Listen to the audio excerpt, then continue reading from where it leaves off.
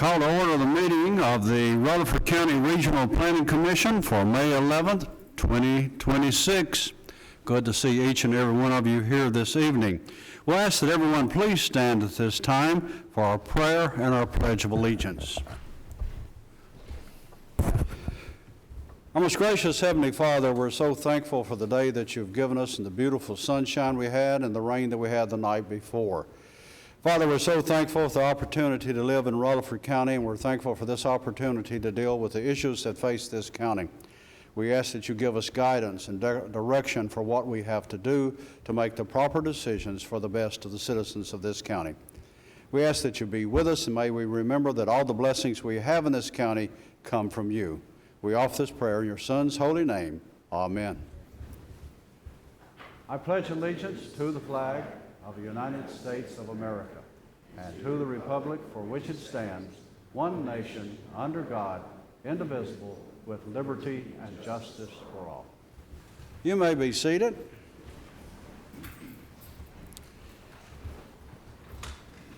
Madam Secretary, we ask that you do the roll call and termination of quorum. Jason Beavers. Here. Lee Bogle. Amber Brown. Here. Trey Gooch. Here. Shannon Hicks. Here. Mike Cush. Charlotte P. Here. Jeff Phillips. Present. Michael Shirley. Here. Jim Thompson. Here.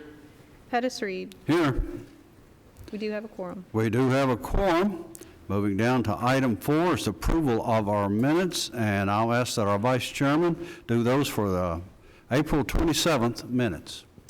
The minutes have been reviewed, and I move for approval. Have a motion for approval. Have a second. All those in favor say aye. Aye. Those opposed, the minutes have been approved. Public comment period. Mr. DeMasi, do we have any? No, sir, we do not. We do not have any at this time. Items withdrawn or deferred. The agenda you have before you is complete and accurate. Okay, sir. Thank you. We'll move right into our new business, starting with item A, rezoning zoning ordinance amendments request. We'll remind that all rezoning and regulation amendments requests will be considered at the June 11th, 2026 Board of Commissioners meeting unless deferred or withdrawn by the Planning Commission or the applicant. We'll begin with Javier Olvera, which is REZ 25028. Location is 5350 Ebbs Mill Road. Commissioner District is Jonathan Beverly. Size of the site is approximately 31.5 acres, 17.92 acres to be rezoned. The tax map is number 157, parcel 1001. Existing zoning is residential medium density, RM. Proposed zoning is a planned unit development. Mr. DeMasi. Yes, Mr. Chairman, thank you, and good evening, everybody. You'll recall we just talked about this particular application, I believe that was last month. Just for the sake of just a little bit of history with this, last year, about this time last year, we did receive a complaint regarding the activity that was occurring on this property. We met with the applicant, discussed the issue with him. Stop work order was placed on that property. You can see that there is a disturbed area in the back. He was using it for storage of materials and things for his concrete business. He was asking originally for EAC zoning at the last night meeting that we had. You'll recall that that application was deferred pending getting some additional information. One of them was a drone overflight of the property, and while the county wasn't in the position to be able to do that, the applicant's design engineer, Matt Taylor with SEC, was able to do an overflight of the property, and we do have an exhibit to that. I'll let Mike go into that here in just a little bit more time. Also, we discussed the ability of staff to discuss the road condition of Epps Mill Road with the highway superintendent. Essentially, and Mike, I guess I'll let you, since you talk with Greg, I'll let you kind of handle that part of it as well. So this is really just a continuation of this application that we had last month. So with that, Mike, I'll just turn it over to you for the comments. Okay, thank you, Doug. The property is outlined in blue here, and this is Epps Mill Road, I-24, the interchange. And you might be aware that TDOT does have a interchange and road improvement project slated for Epps Mill and I-24, the interchange ramps there, but it does not extend down to this property. So this will be left in its current state. When I did discuss the property with the road superintendent, he did say that this property does get overtopped quite often, and I will turn on the flood maps and kind of give you an idea. This is East Fork, Stones River, and this is another tributary of it. So it does get overtopped in in heavy storm events, and this is the property that's not within the FEMA special flood hazard area, which is the structures and a little bit of the area that they were trying to improve. Now, we will probably require, if this is approved and they do move forward with this, we will do our standard road connection performance agreement and probably have them evaluate the entrance for the access for a turn lane requirements, see if there is any for that. Other than that, they will just be upgrading the entrance to a commercial entrance. And that's essentially what the road superintendent and I both talked about. And I'll try to answer any questions if you have any for me. It's open now for the commission and for questions and comments. Ms. Brown first, and then Mr. Shirley. So, Mike, I just want to make sure, just to re-jog my memory, that was why we asked for the drone, was to look at the conditions of the property. Is that correct? Yes, ma'am. And they do have, let's see if I can find that for you. They do have an exhibit that they show the existing and the pre-development topography. And I'll try to zoom in. And you can kind of see the site where the contours have changed from the original to what it is today. And this is, not uncommon that we take aerial imagery and topo from historic earlier times and compare the two to kind of get a better evaluation of what the property was beforehand or what it needs to be once this project moves forward. So I just want to make sure as well, from what staff has looked at, with this development and what they're proposing, will it improve any of these conditions with the flooding? This was originally a stop work order. We got a notification. We said, hey, cease and desist until this goes through the proper channels, and so it's essentially been halted from when we asked them to stop. But you can see they're proposing a little fill in the floodplain here. And county regulations state that if you do fill in the special flood hazard area, you have to do a compensating cut somewhere else so we don't lose that storage volume. Some other places don't require that. They evaluate the water surface elevation, the change in the water surface. But we try to retain that flood volume, and that's, if this gets approved and moves forward to a site plan, that's one of the things that they'll have to focus on. Commissioner Shirley. Thank you, Mr. Chairman. Mike, can you explain, I think I understand, but just to make sure that I understand correctly and maybe the people watching do, how does a compensating cut that is within the special flood hazard area, how does that work when, for the mitigation of what we're filling in that same area? So what we would ask them to do is look at the water surface elevation from the 2-year storm event, a smaller flood event, to a 100-year flood event. So if there's some area that we can pick up in that 2 to 100 range, that's extra storage volume. It's like making a bigger bathtub. You put a bunch of toys in one area, you got to make your bathtub little bit bigger in the other direction. So we don't lose that. So that's something that we would ask them to do, or we would ask them to look at other areas outside of the flood, outside of the floodplain, and say, hey, well, if we want to use this area up here, we can maybe excavate down here a little bit or something. It's up in the air. There's all kinds of options. Who makes that decision? Because I have a feeling that cutting in the hayfield is going to be easier than cutting where those cedar trees are. Right. So that's what the design engineer would propose to us in the site plan phase, and we would evaluate that as staff, and then we would bring that to you as a site plan for your approval. So the compensating cut that's in the special flood, it may get overtopped, but that would be acceptable because that's such a big flood event? Yes. You talking about the road, Epps Mill, or? No, just we're making a compensating cut because we're filling in the flood zone.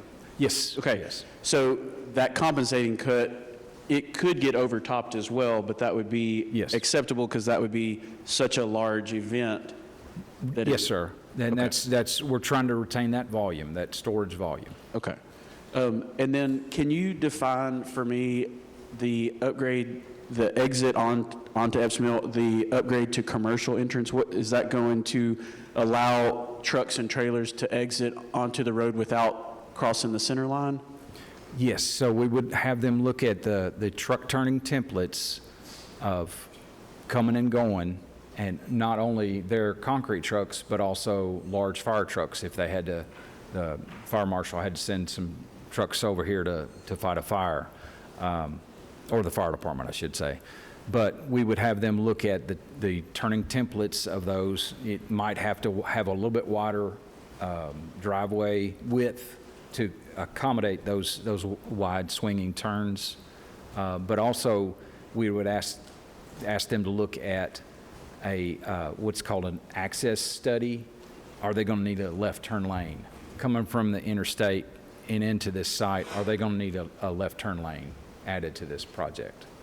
So in many of the PUDs that we've seen recently, we've required the traffic study before or as a part of their initial application. The traffic study has not been conducted for this so far, correct? Not yet. So if we approve this, that can be contingent, part of the contingencies, Doug?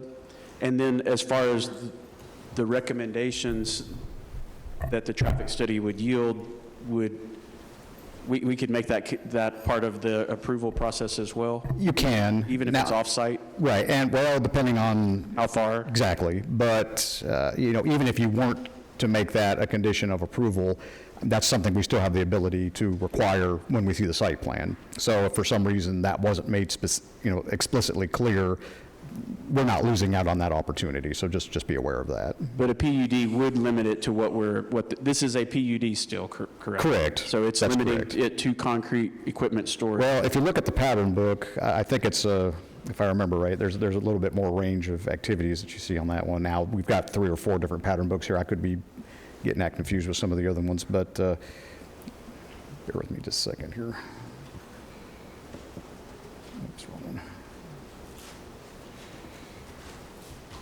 Okay, I found it. Okay, yeah, if you go to page, yeah, you see it right there. 9? Yes. Page 9? Okay. Yeah, so you see, it's not just the concrete. Now, it's fairly limited compared to, what all the different uses in the EAC could have been, but you're seeing that's what the applicant's asking for, is those specific uses to allow him a little bit of flexibility should they sell the property at some point.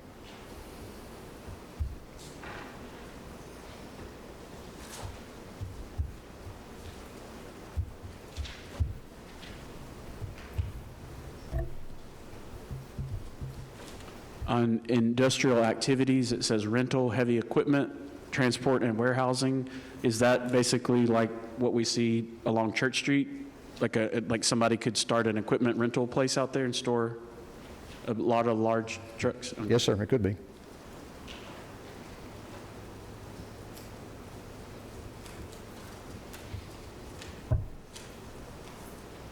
Anyone else? Any other questions? If not, I'll ask that the applicant or his representative would come forward. Mr. Mr. Matt Taylor from SEC. Sir, thank you. I think Mike did a good job going over those. We've identified, we went and flew the drone, we identified exactly where he has placed that fill material, and so we're proposing, a general location of where that cut would be. And so we'd either cut at least that amount of fill or more out of that area. And, my client's, what he wants to do is operate his business. Obviously, at some point he may want to sell, so that's what the extra uses are. If you have concerns about a specific one, we're happy to look at those particular uses. And we have no problem. We can write the TIS requirement into our pattern book if you want it to give you some extra cushion there. We don't have any problem doing that whatsoever.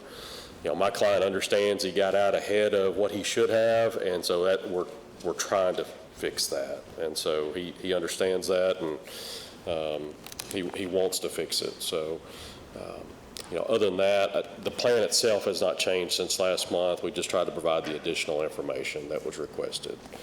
So I'll be happy to answer any questions that you might have. Surely. Thank you. I would, while we're doing the public hearing, you may talk to your client. I have some reservations about heavy equipment rental, just because I know that's going to be even larger trucks than concrete forms. Flat, that's like a 16-foot flat trailer versus a tractor trailer equipment hauler.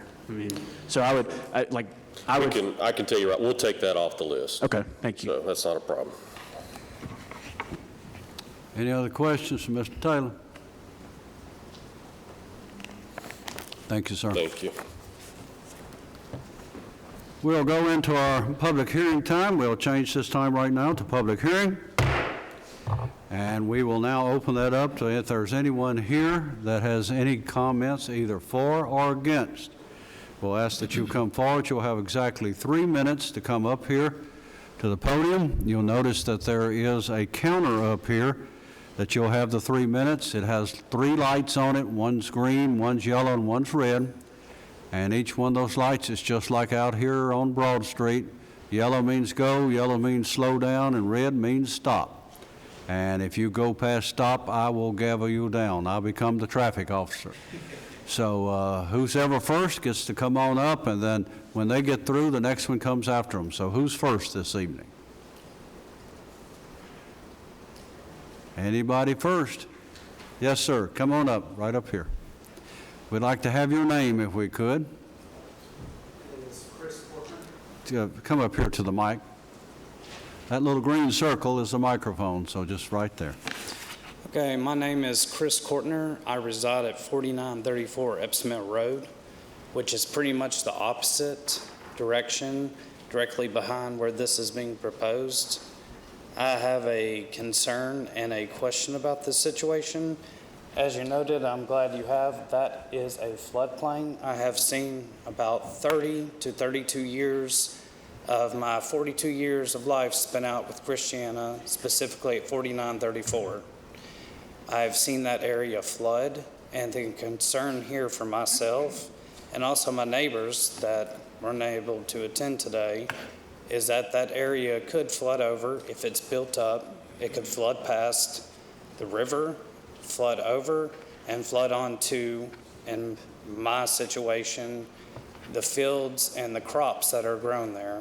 So I have a disagreement with this proposal. I am glad the floodplains were brought up.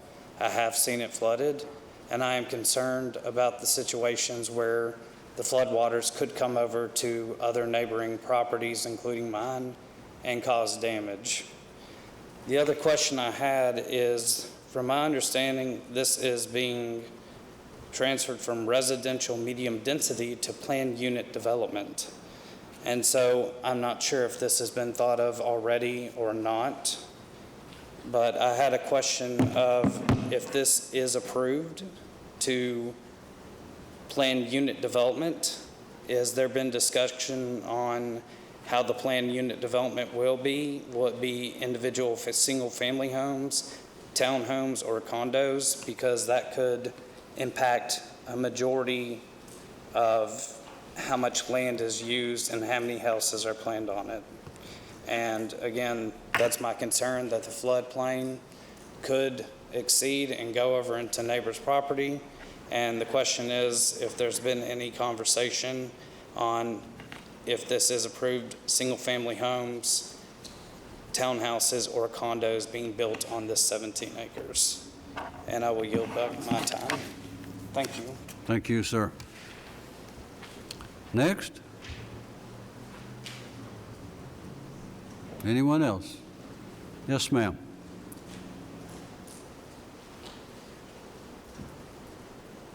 Good evening. My name is Ruth Reeves. I lived at Christiana for 60-plus years, so I've seen some rain and some flooding in that area.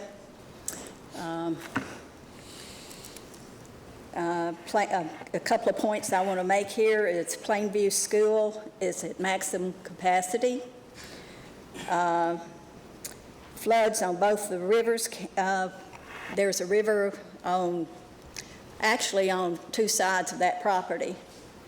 And I have seen it flood on both of those rivers, and the people in that house could not get out.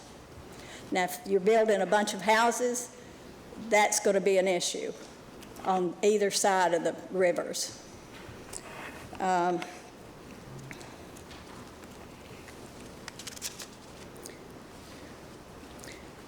have seen it get up to the back of my property, that river, get up to the back, and I was really frightened that it was going to flood my home. There is a little distance in a wooded area between my house and the river, but it is a good possibility if things are filled in on the other side that it could flood my home, as well as other homes on Epps Mill Road, because I have seen it flood across the corner there. If you're familiar with Epps Mill, the water ran and it came up, this is bus, but it came up this high onto the bus steps. And I was probably in about the 6th grade, and it scared the heck out of me because I'm afraid I was not going to make it through we weren't going to make it through the river. But I have seen it flood and flood badly.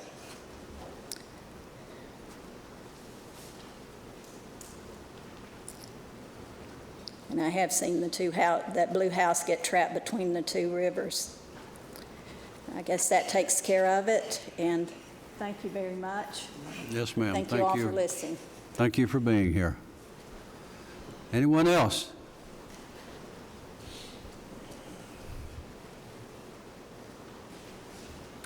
Anyone else? I'm closing the public comment period. Commissioners, it's now your time.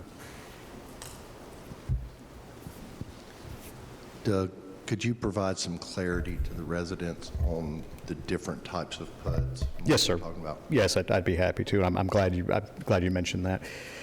Yes, to answer the question regarding the planned development, the first thing I want to point out, there's a couple of things. First of all, they're not asking for the entire tract to be zoned to planned unit development. I just want to make sure everybody's aware of that. The entire property is about 31.5 acres or so, and they're only asking for about 18 acres. I guess you'd say that's a little bit more than half. Mike's got the exhibit up there showing what they are proposing for rezoning. So the rest of it's going to remain residential medium density, and I'll get back to that here in just a moment. To your specific question regarding the zoning and planned developments, planned development is a specific type of zoning where they are pretty much locked in, so to speak, to the uses that you see on this chart that's on the big screens right now. There are residential PUDs that are out there, that is correct, but not every planned development, every PUD has to have a residential component to it. This one has no residential component beyond the existing house that's on the property that may or may not be used as an office. What you're seeing here are the uses that they are saying we're going to limit any development of that portion of the property that they're asking to rezone, about 18 acres. So they're looking at these different types of uses: consumer repair, construction, sales, and services is basically what they're doing now. We've already talked about the rental of heavy equipment that got removed. So basically, it's a very limited list based on what they could have had they have kept it zoned EAC. So what you don't see in here is any residential development. There is no single family, there's no townhomes in this portion, there's no nothing like that. Now, that remaining property that we were talking about that's still zoned RM, that is a single-family zone. So there are no townhomes being proposed for that. There's no residential development being proposed for that right now. That doesn't mean that sometime in the future, he could look to purchase that, or sell that rather, and maybe develop it that way. Now, as we've discussed tonight, most of that area is within the floodplain. That's going to create some barriers to what kind of lot you could get at in the first place. But from what he is proposing tonight, he's not proposing any residential development. It's just the non-residential development of that 18 acres on the eastern side, which is adjacent to property that's already zoned EAC. So the remaining property, again, no proposal for townhomes, larger subdivisions, anything like that.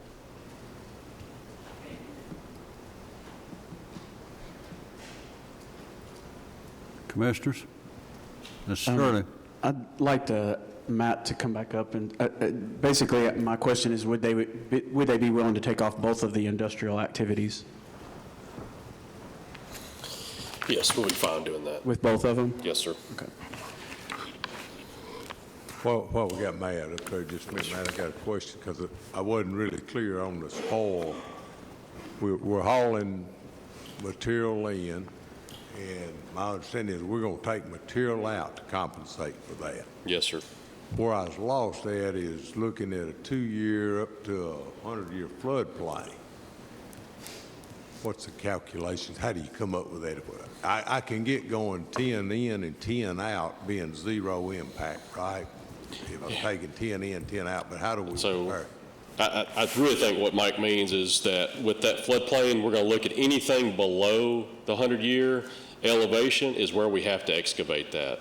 And so really, I think the lower that we can excavate that, probably the better for all of us, because you cut those lower storm events, the more frequent ones, that's where we're providing that storage, that extra storage, versus where he filled at, it was in the upper levels, and so that's going to be your less frequent storms. And so that might be where your 50 or 100-year event reaches. This down here might be where your 2 or your 10, and so we're actually going to help the more frequent storm events by where we're proposing to excavate material at.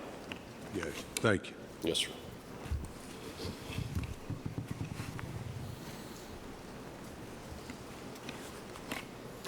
Thank you, sir. Thank you, y'all. We're now open for further discussion or a motion. Mr. Chairman. Mr. Thank Shirley? you. I appreciate the extra time.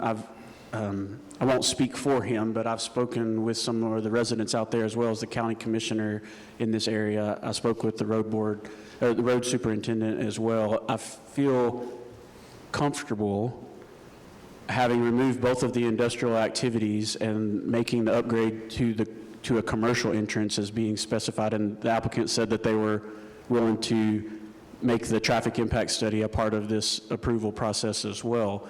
I think that the activities that we're left with in the PUD are appropriate for the area, and I think that it's a good spot for it in this particular application in the map of the area. And so I would move for approval contingent upon things we discussed today as well as staff comments. Motion to approve. Second. Got a second? Any further discussion? Madam Secretary, call the roll. Jason Beavers, Abstain.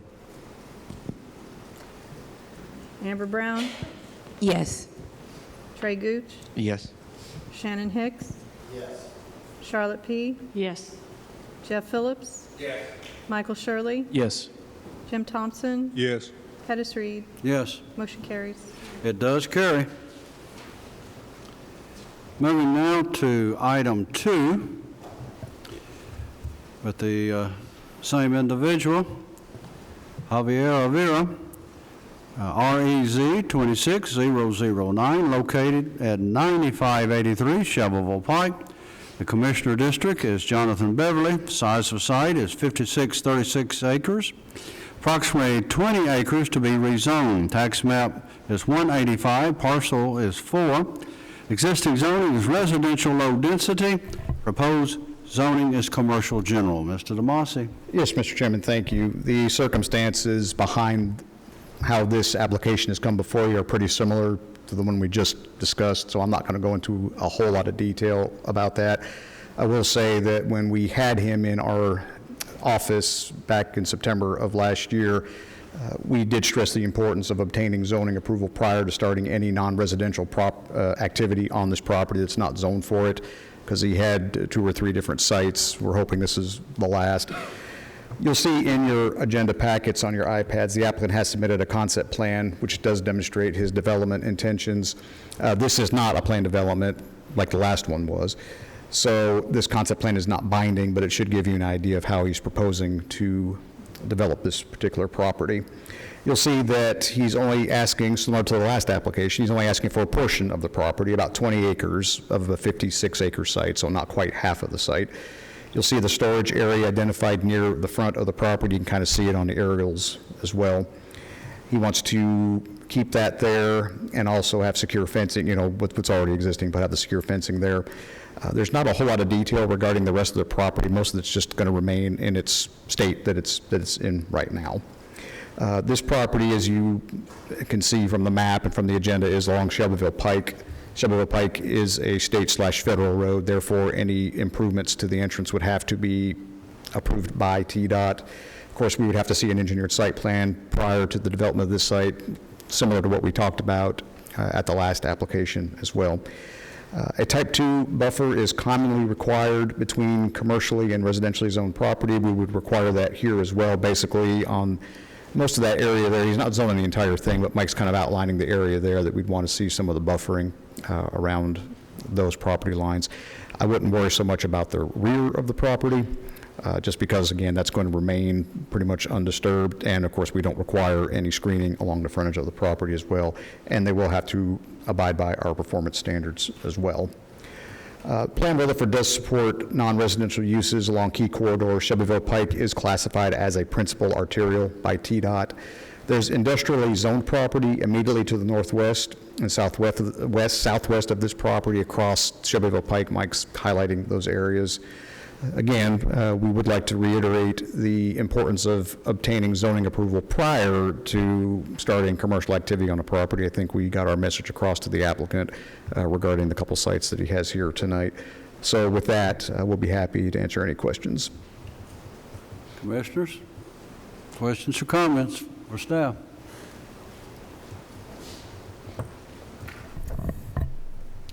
If not, we'll ask that the applicant or his representative come forward. Mr. Taylor. Thank you. Again, my client is trying to rectify where he has messed up previously. Again, his business is, concrete forms, concrete work. So what he'd like to use this for is, storing those materials. He's got work all throughout the county and workers coming from different areas, and so he would like to, keep this kind of a satellite location. Other than that, I'll be happy to answer any questions. As Doug said, at Doug's guidance, we have left the bulk of the property outside of this request.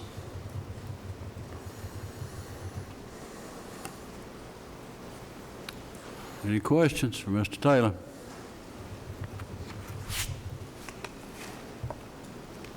If there are none, thank you, sir. Thank you. We'll open it up again for public hearing or public comments. Follow the same rules, basically. I don't think anybody's left. So if you would like to come forth this time to ask to make your comments, either for or against, to make you to do so. Yes, sir.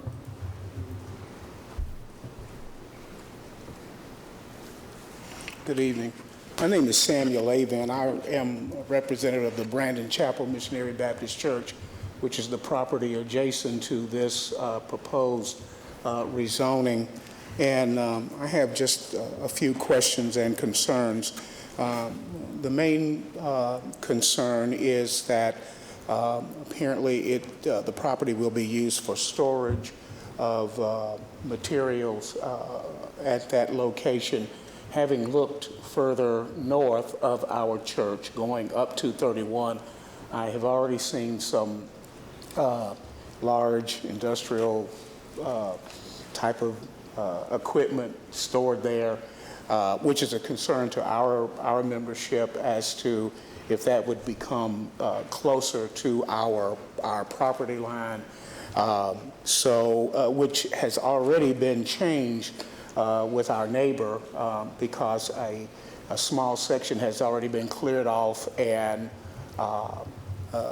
with gravel, and for a period of time some things were stored on the property right beside our parking lot, and also some of the buffering, some of the trees had been cut down to where at one time it was, you couldn't see what was there, but now you can clearly see from there. So one of the things, I guess our concern is as a church, is that if this zoning is approved, then the buffering is going to be very important to us as to how closely they may use or store anything near or in sight line of our church. So that's pretty much my concern about this property and about this rezoning at this present time. Thank you for your time. Thank you, sir. Anyone else?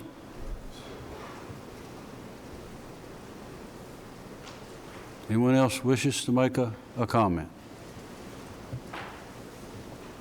If not, we'll close the hearing. Commissioners? Mr. Chairman. Mr. Chairman. Yes. I do have a question for Doug. I just want to make sure I understand how this application came back or came before your staff. Did this come at the same time as the other application, or were they already performing activities on this site?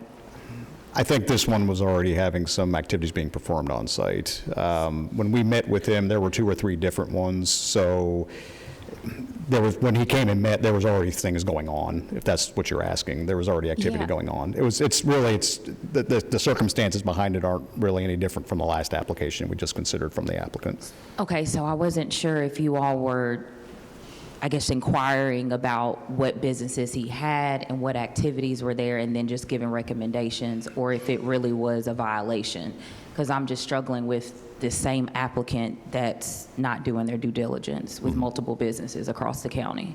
Right. So that's why I wanted to ask that. Right, and I'm, again, like I said during the last application, I'm hopeful this is the last of them. Okay. You know, who knows what will happen tomorrow, but I'm hoping this is the last of them.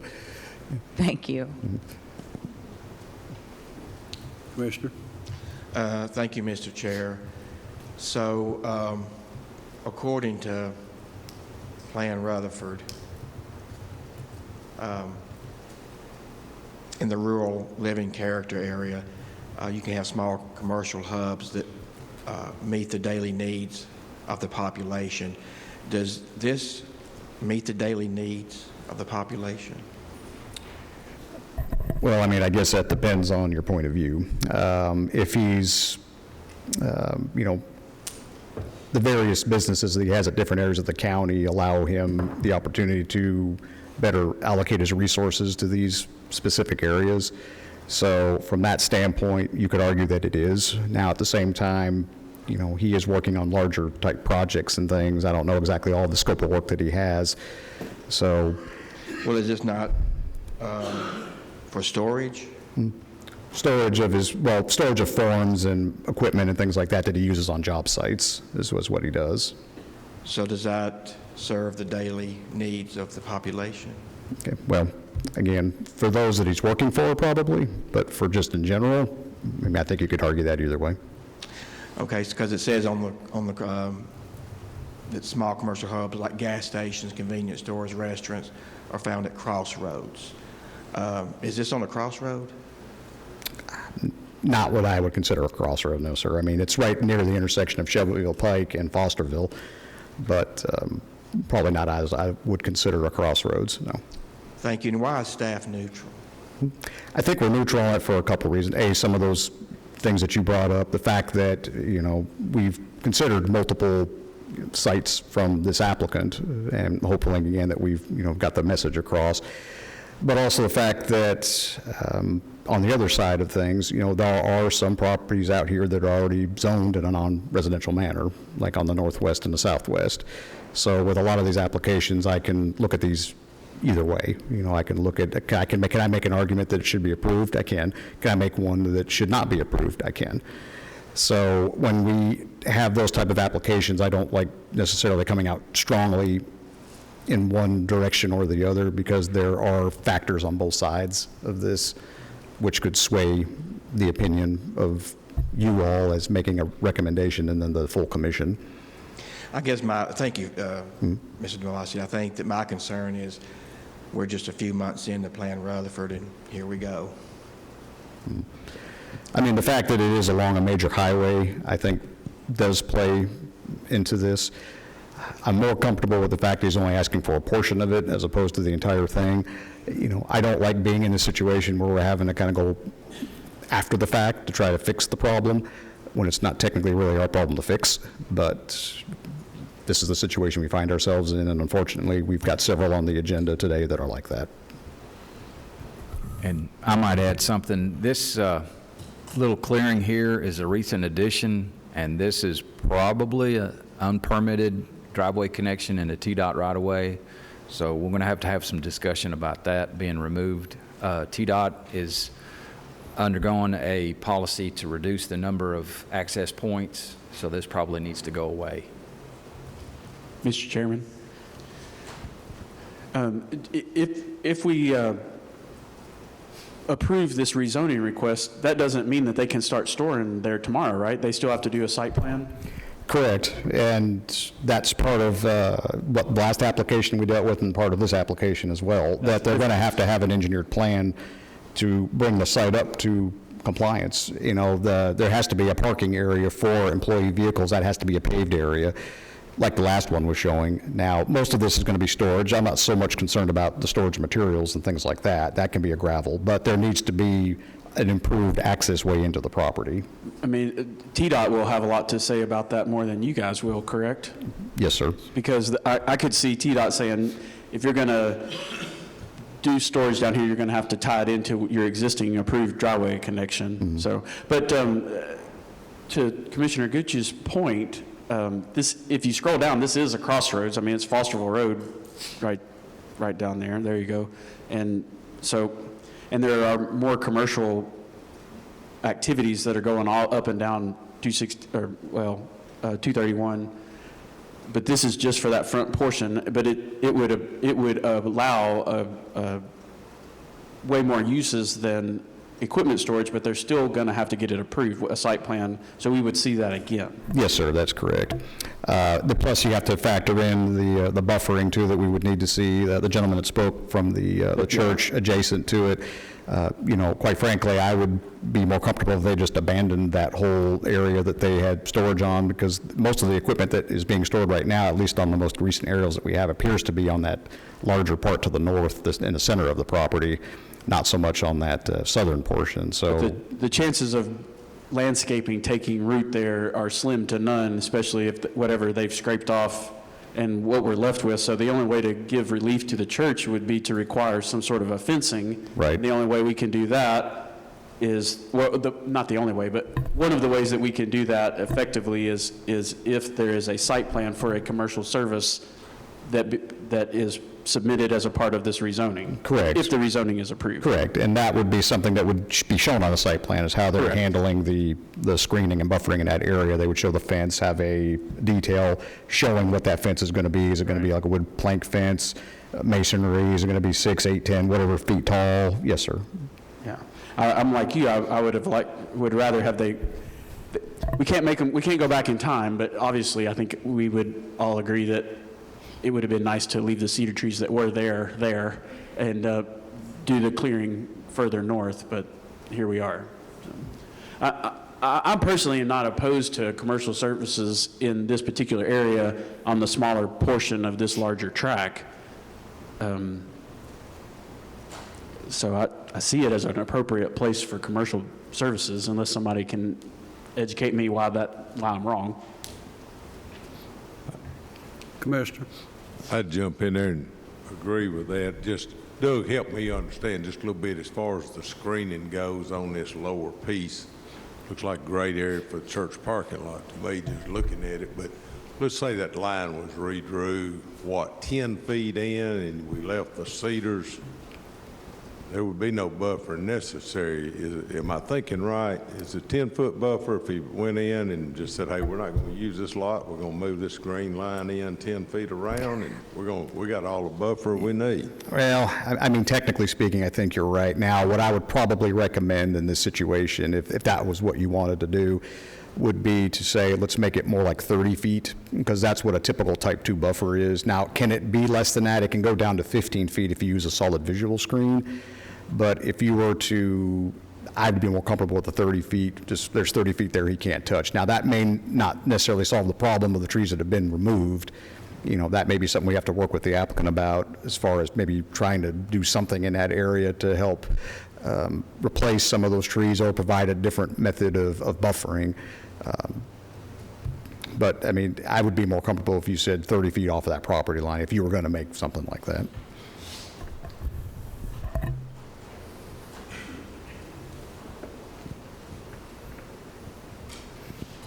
Mr. Chairman? Thank you, Mr. Chairman. Doug, a lot of times most of the time, when a developer is developing a large piece of property as it relates to residential development, we ask for a master plan, something that we want to know what he's going to do with all of that property, although he does it in stages. I want to know what he's going to do with the rest of that property. I'd like to know, you think if he's here, he can come up and I can ask him that question? Well, his representative is here, Mr. Taylor. You can certainly ask him that. Is he not here? I'd like to ask him that question. Okay, I don't think he's not here.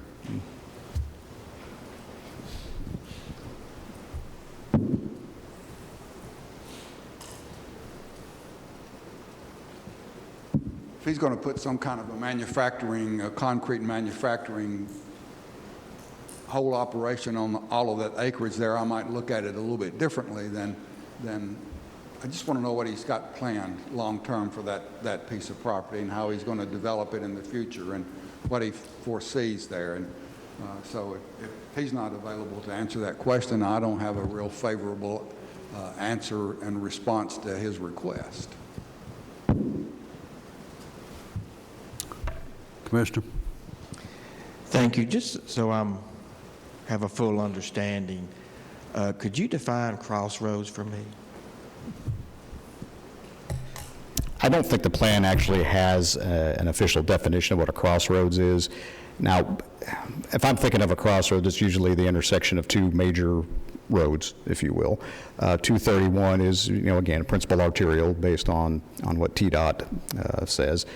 Campground Road and Fosterville Road, I don't think either one of those are classified by TDOT because they're county roads. But I would say they're probably either, from looking at them, they're probably collectors or even minor arterials because they're getting traffic around a lot of that area. So again, you can make the argument that, yes, this is at the crossroads of two fairly major intersections. This isn't like two state roads together, like a little further up the road where you've got Christiana Road or Christiana Hoover's Gap where it turns into that, 269, I believe. So it's maybe not as large as that. But generally, any kind of a crossroads, major intersections, I think is what we're talking about. Well, that was what I was thinking too, that it's where roads cross, and I'm not seeing that this is on a crossroad. Okay. The property in and of itself is not on the corner, you're correct. Right, okay. Just make sure I understand that. Sure.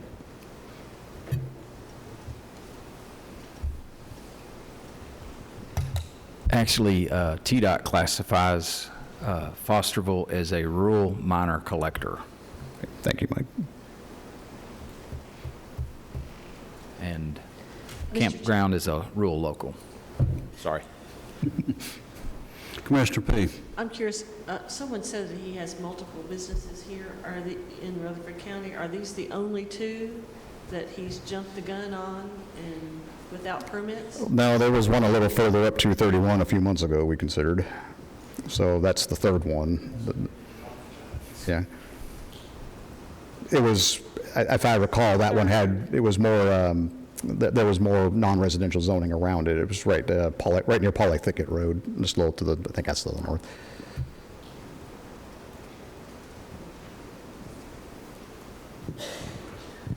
I have a question as I have sat here and looked at this.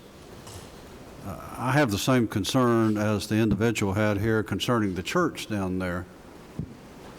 It's come fairly close to their building. I mean, when you get to it, when you have that whole set of property that is sitting there. And I feel like there should be something set there as far as a protection for that church. If you're going there, because I have a feeling there's going to be more of that cleared. Am I not right?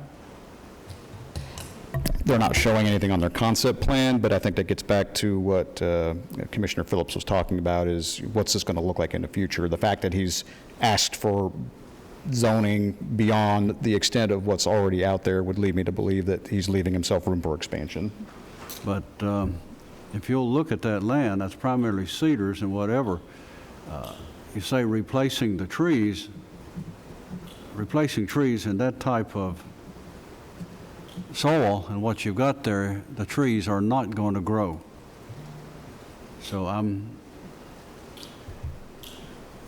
think there's something needs to go there between that property and that property before we do a whole lot there. I think there needs to be something that gives a little bit there to the next door neighbor. Is the building that's currently there, was it permitted and proper? Obviously, there's commercial activity going there. That commercial activity is or is not approved in that building right there? Oh. The building has been there quite a number of years. I'd have to go back even farther to see.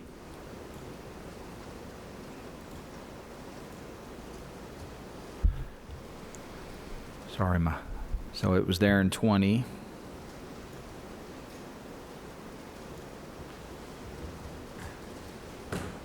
'18.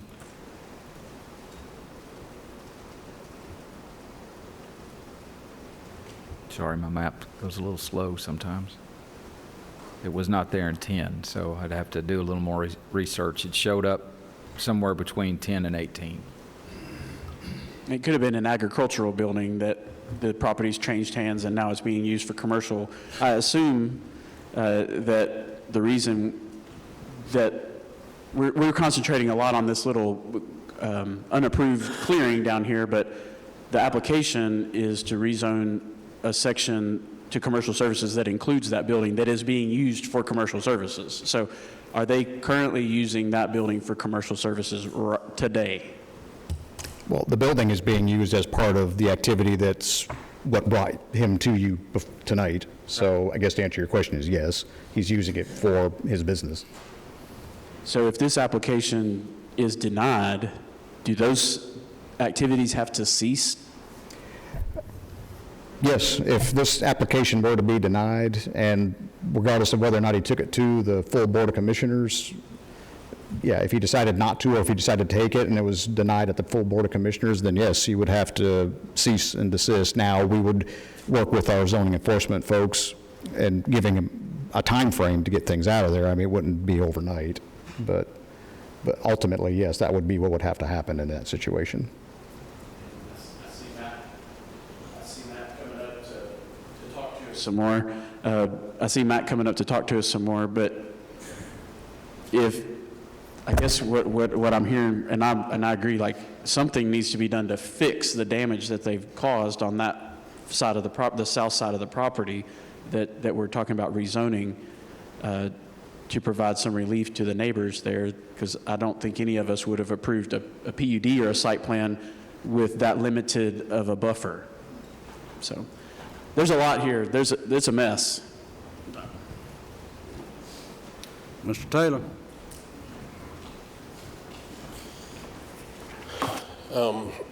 listening to the questions and the comments, you know, if it's okay with the planning commission, I think we'll kind of drop back, do a PUD. I think we can make my client spend some more time on what he wants to do with the property. We can address through, you know, work through with staff on what this buffer needs to look like on the southern property line. In my mind, I think that's us importing topsoil and building a berm, so something will grow there, because I have the same concerns that, you know, looking at that, I don't see anything growing there realistically. Or maybe it's that, you know, we sow that back with seed and our buffer starts where the trees start today. I don't know, but I think that the PUD would allow us to show you what that would look like. And so if you will, we would like to request a deferral. We'll bring you back a more complete plan after we work with our client to get some of those questions answered. Mr. Chairman, I move to defer. And I'd also like to request with that deferral that the applicant face the Planning Commission. I'd like to ask the applicant several questions. Second. We have a motion and a second for deferral. Further discussion? All those in favor say aye. Aye. Those opposed? It has been approved and it has been deferred. Moving down to item 3.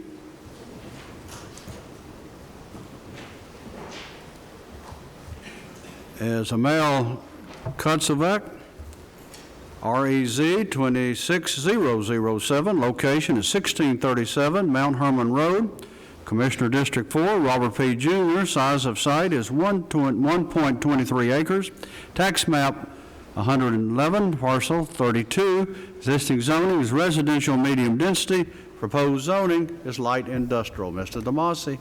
Yes, Mr. Chairman, thank you. This application has come before you as a result of a zoning enforcement action as well. The applicant purchased the property earlier this year, at least according to the tax assessment records, and began using it as a vehicle towing business.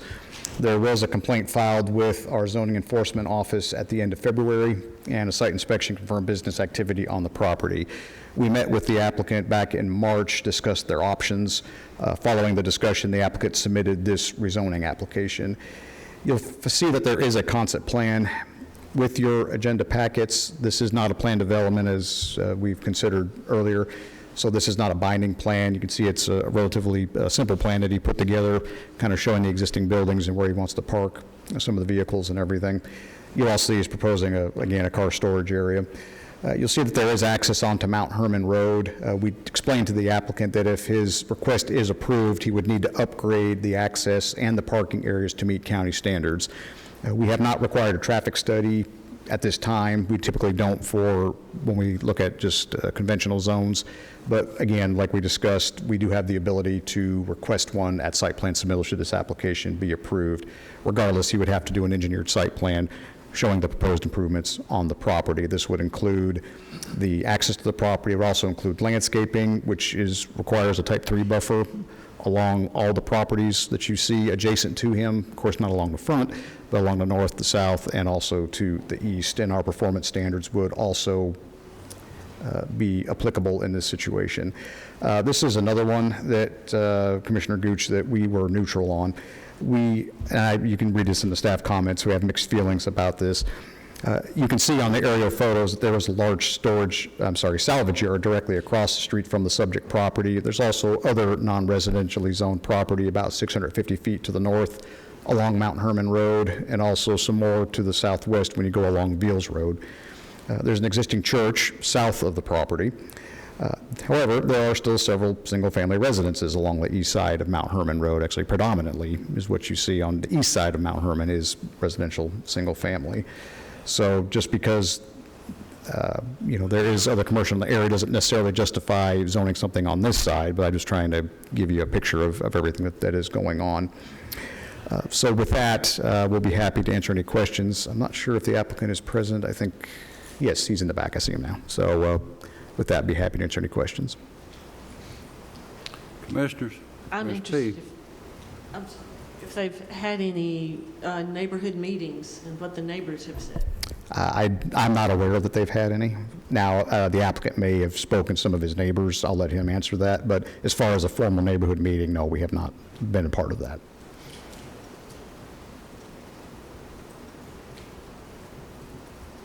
Any questions, comments for staff? I do have one, Mr. Chairman. Okay. Mike, can you zoom in on, I just want an aerial from the, or not aerial, but can you zoom into the street view? Because I see it coming off of this curve, and when I think of towing equipment, it being large vehicles, and I just want to see what the entrance looks like. Okay.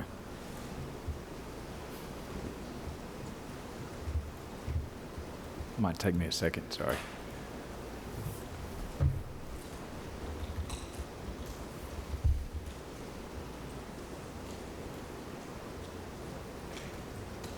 While Mike's looking at that, I do want to say that the applicant has been helpful in regards to, he's cleaned up the property, and, he's also been, friendly enough to deal with and trying to make things right. So I did want to bring that up to your attention.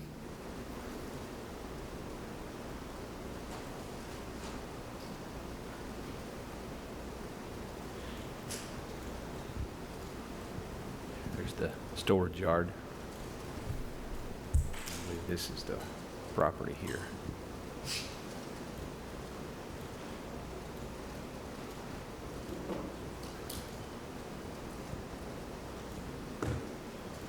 Doug, or Mr. Chairman, Doug, when you all met with them, did you suggest a PUD, or were they aware of that option?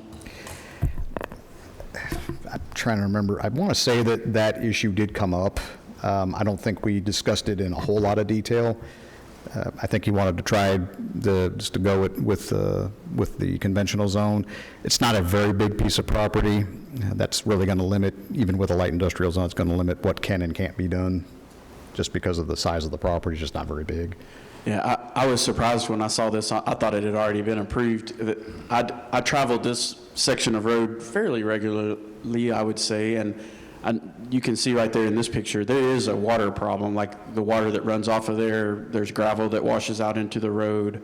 The junkyard is across, the auto salvage yard is across the street, but as you can see, it's a mess through this section. And I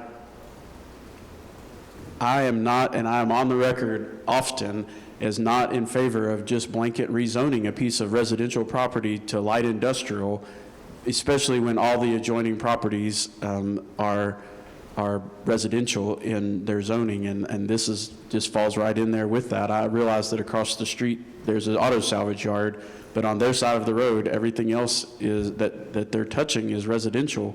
And those trucks coming in and out are going to make that traffic. The other traffic is like regular business hours, from my experience passing through there, but a tow yard is 24/7, and so it's a great concern. I'm really just not in favor of a blanket rezoning like this. Mr. Chair? Yes. Mike, I have gone through that area a lot lately also, and I would like to point out to show how curvy and dangerous Mount Herman Road is.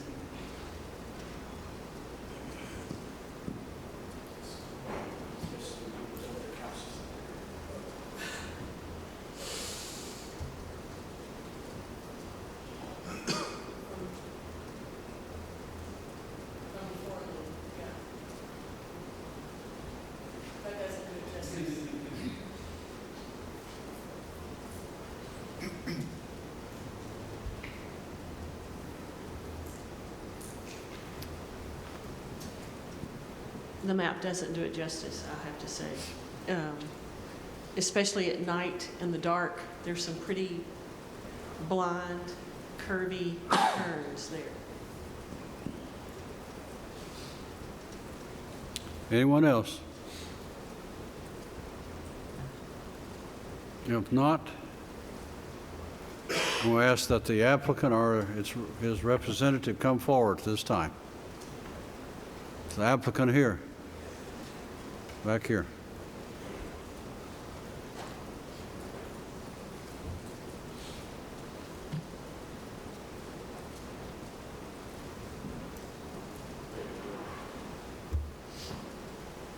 let you explain your operation or whatever you wish to say. My name is Amel Kuduzovic. I run a tow company here in Frisboro. We just store cars at the facility until they're either junked or insurance comes pick them up.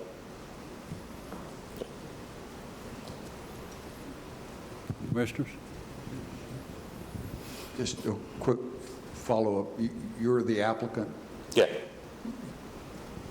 Your address, we usually ask folks when they come up and make a comment for your address. Give me your address. 1637 Mount Herman Road. Okay, thank you. Right over here. I've got a question. When you are coming back with the vehicles and I guess en route with your towing, is your vehicle ever on the side of the road, like waiting to have to pull in to your property?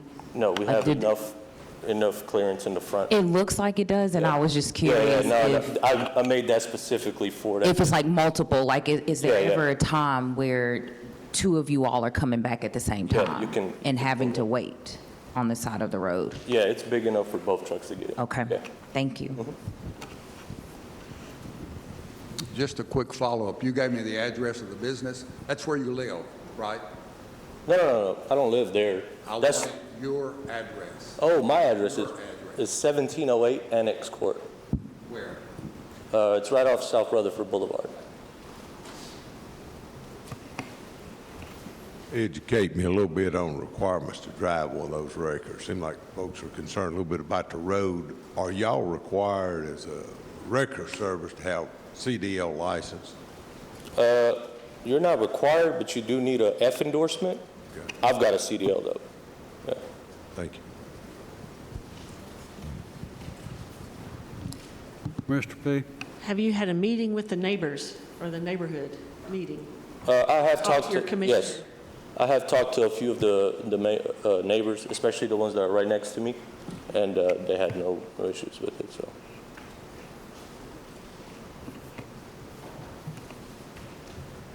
Any other questions for the applicant?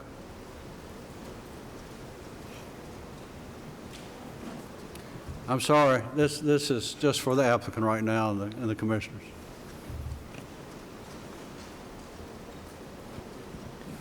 When did you purchase this property, and how long has your business been in Rutherford County? So we've been open about 3.5 years. Our previous address was actually at the 44-7 Beals Road.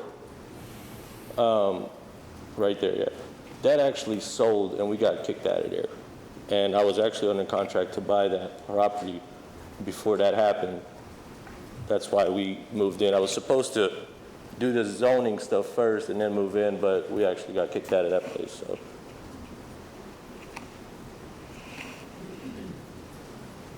Well, I do have a question. You said you were kicked out of the other place and you were supposed to have done the zoning first for the place you're at right now, correct? Mhm.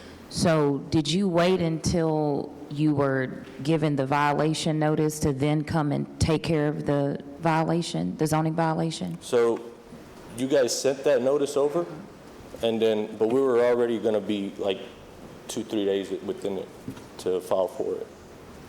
And how long have you been at that address again, this current address?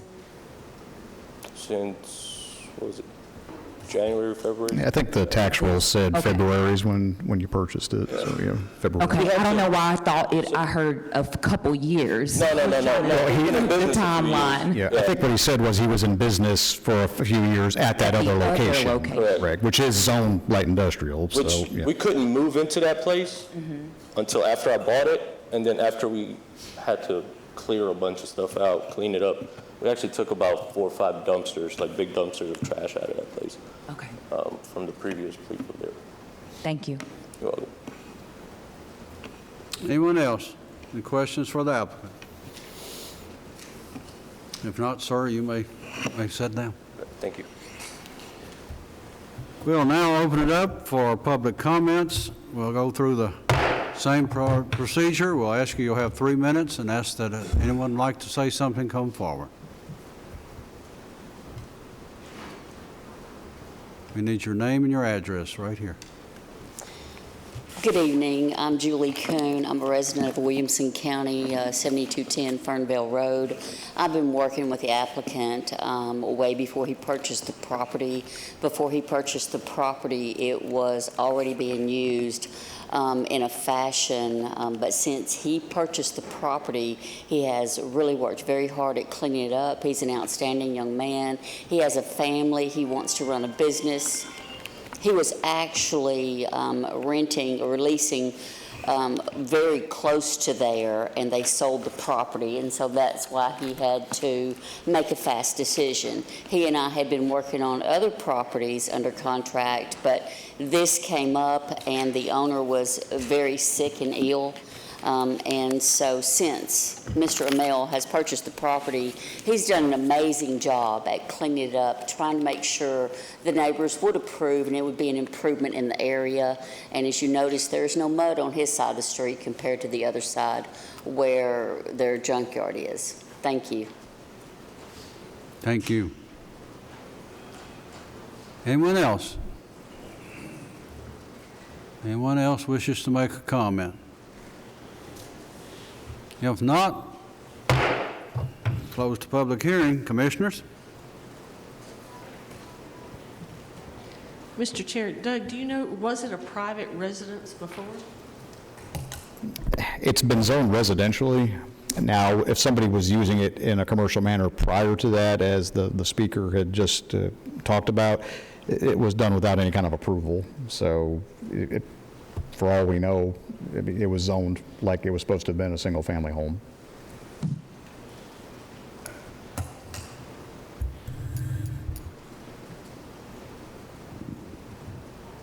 Mr. Chairman, was the nature of the complaint just that they were running a business, or was it noise, traffic, debris on the road? I was actually just going to make a comment about that.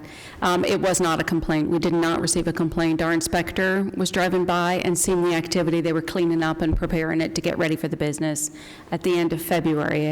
I think he bought it at the end of February. We got wind of it about the 27th, 28th. We sent a letter the March 2nd, and he came right in. And so he's been working with Doug to try and get it zoned properly. Is the business in operation right now? Yes, I believe it is. So he's operating right now illegally?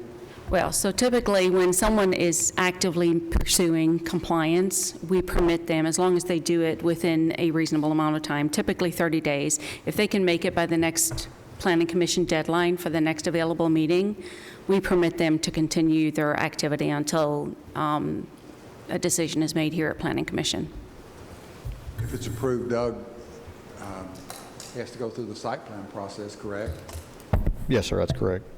So some of the things that we're observing, like the gravel entrance and the puddles and those kind of things, would be addressed at site plan?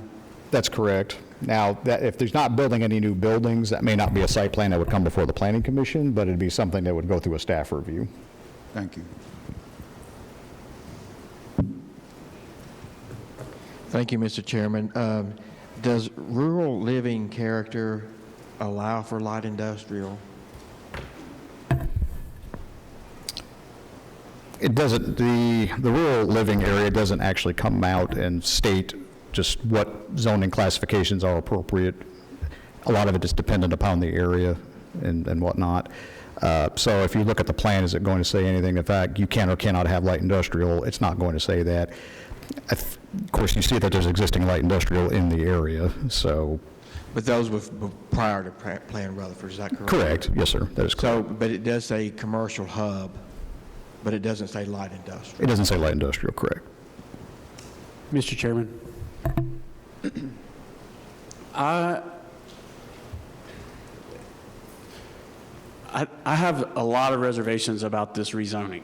Number one, as Commissioner P said, I don't have any record that they had a public meeting and that all the neighbors are okay with this.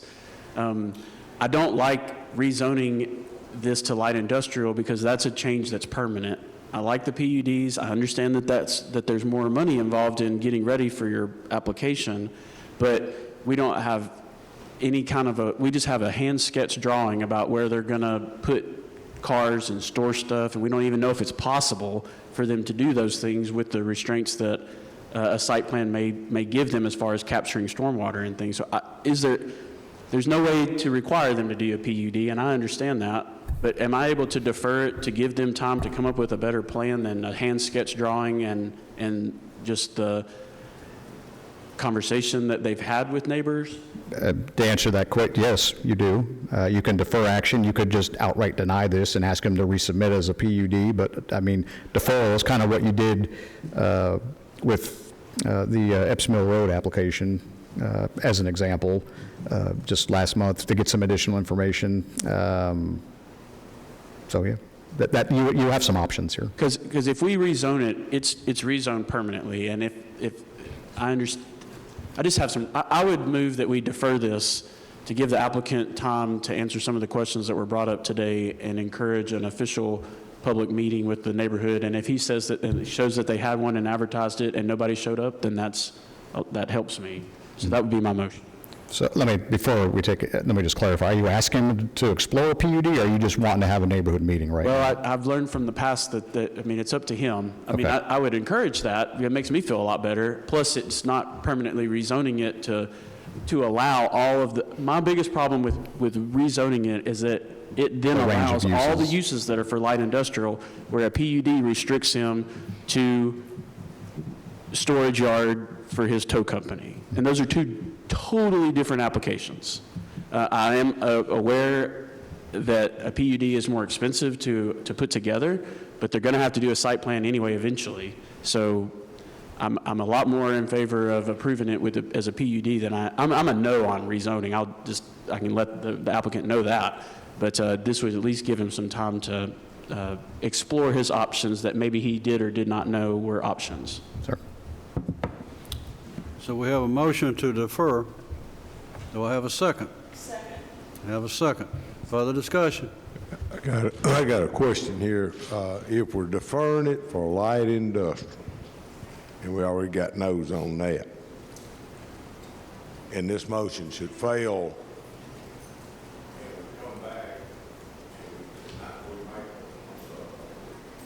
I think you pushed the button. Great. Look like that sign you was talking about earlier. This motion fails, then we get a motion that we say we want to deny this, and it passes. Would he be able to continue his business until he came back and worked out another option like he put? Well, I think at that time, we would have to have some pretty frank discussions with the applicant. If he wants to pursue a plan development request, we can work with him as far as, giving him some time, because that's not a slow or a fast process. That takes time.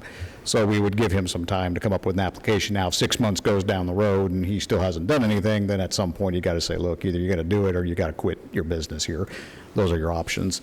So to answer your question, if this original motion that's on the floor right now fails and you do deny it, then we would work with the applicant as far as what next steps would be. If he just says, you know what, I'm not going to worry about it, I'm going to find somewhere else, then we'd work with him in that regard too. Okay, and I'd like to make sure I understand what the motion is on the table.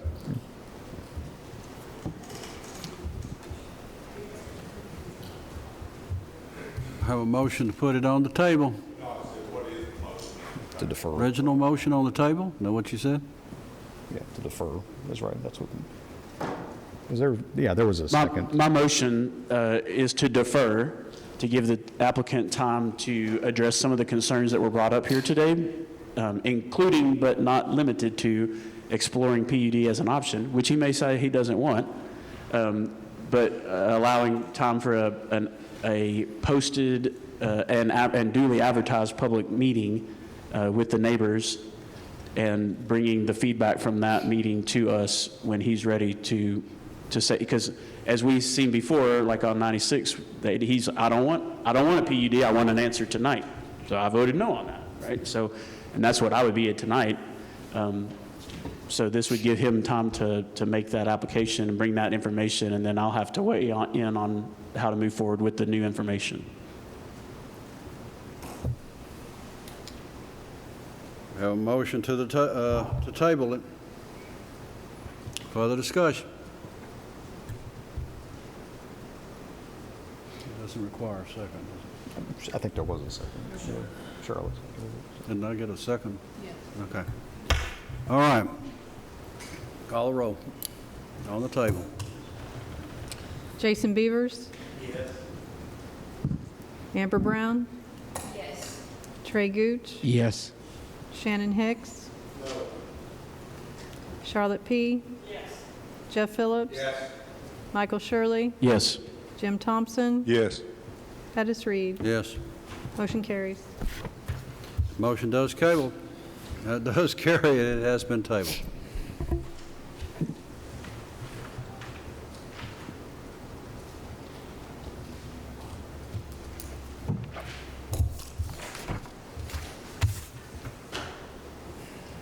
Now moving to item 4.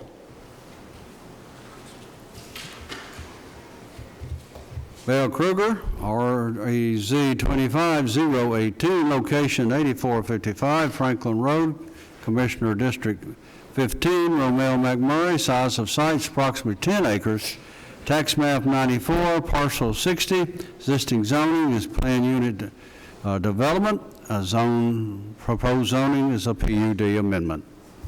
Mr. Mossy. Yes, Mr. Chairman, thank you. This application should look familiar just by way of a little bit of backstory on this. The zoning for the existing self-storage facility that's under consideration tonight was originally approved back by the Board of Commissioners back in November of 2016. This property has developed in multiple phases, the most recent of which was approved by the Planning Commission back in 2021. Permits were issued for that phase in August of 2022. The applicant's now proposing to amend their original PUD to add an office, additional storage buildings, and surface parking and storage on the existing property. You'll find that there is a pattern book on your iPads. Pages 11 and 12 show proposed building locations and the surface parking areas. There's also architectural renderings of the buildings, description of the buffers and utilities. Pages 11, 16, and 17 show that the applicant is asking for a reduction to the rear setback, which we've talked about, to allow vehicle parking along the southern property line. This item was last brought up to the Planning Commission back in February of this year. It was deferred at that meeting to give the applicant an opportunity to explore additional buffering options along the southern boundary.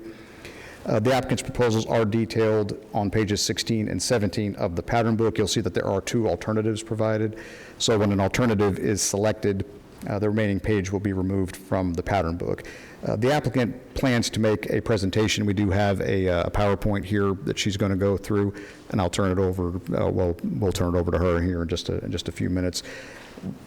Beyond that, most of the pattern book that you see in the application has remained unchanged. You recall when she first submitted it, it was actually going to be for this and then a portion of property right across Baltimore Road.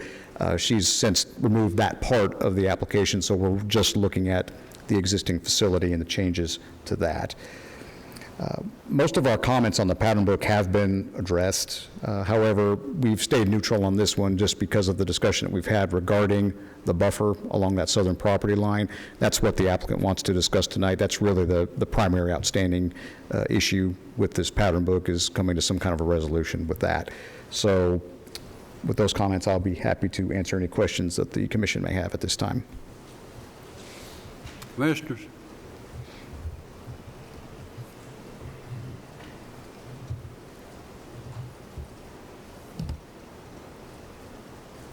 Any questions for staff? If not, we ask that the applicant come forward, or a representative.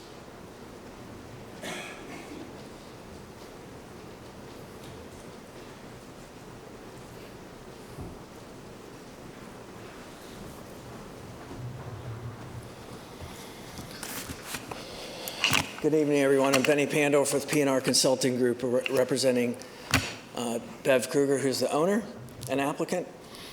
Just real briefly, we did, going back to what Doug mentioned when we had the acreage across the street, there was a neighborhood meeting conducted earlier last year. And then since that meeting, the applicant has removed that property and is concentrating on just an amendment to the existing property that they're owning and operating at the moment. I'm going to let Bev take it over to save some time because she's got more details. It answers all of the questions that we had from February.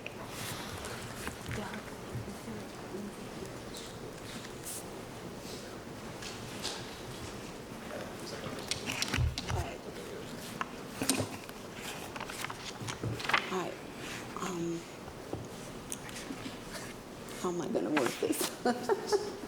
I am technologically challenged. If you click this one forward, that'll go back. Push in the middle, that'll get you later. Okay, good deal. All right. So we've been where we are right now since 2014. We actually opened for business in 2019. And like Doug had said, we're at 8455 Franklin Road. All right, we're at 8455 Franklin Road, and we've been there since 2014. And we opened for business in 2019.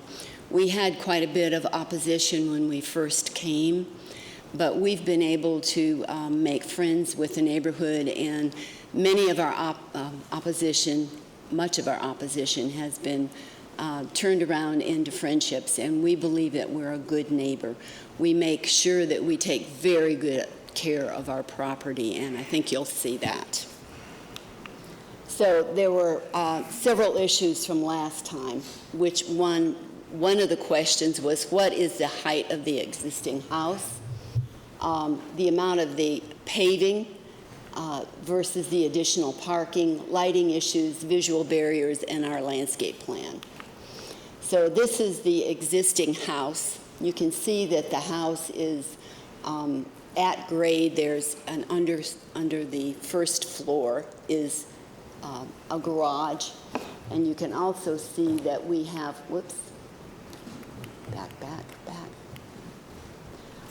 we have retaining walls. And Doug, how do I get the pointer? In the center. In the center, okay. It's not showing up. Anyway, on either side, you can see that there's a retaining wall. So we are at grade. I'm standing there taking the picture, and to the peak of the house, it's approximately 25 feet. So the answer to the first question is 25 feet. Then the next question was the amount of paving versus the additional space that we were requesting. The southern border, you'll notice, has a green barrier along the back. The green area is actually a distance anywhere from 45 feet to about 10 feet. And we're wanting to utilize some of that space for parking. You'll also notice as you come onto the property that there is access to the office, but on the right is a fence or a gate. It is a gated access. The only people who are allowed in there are our customers. It's completely enclosed. The only people that can get in is through that gate. There's one way in and one way out. Also, on the bottom there is some parking, and I don't know that you can see it, but there's the 3 long buildings on the left-hand side, and there's some parking that's marked. At the original time, we thought that was going to be used for parking. We were later notified that we were not allowed to do it, and we removed the parking at that time. And that's why we're coming back now. We want to be able to do that. Also, to the right of the 2 short buildings, where Matt has the pointer, there's some marked parking there as well. Those are 10-foot sections, and what we're wanting to do is expand into the grass area. Okay? All right, so the existing area then would be, that green area would be narrowed to be able to allow for parking. And you'll notice those 3 buildings that are set back, the long buildings in the middle, I have a lot of distance. There's a 30-foot, the way we have it marked would be approximately 30-foot change along the 3 short buildings, and along the 2 smaller buildings, there's a smaller area to be able to navigate. The parking on the right then would be pull-in. So when you're pulling in to be able to see that, you've got to be able to pull out the full distance. And there's a lot of room there. Let me go further where I am.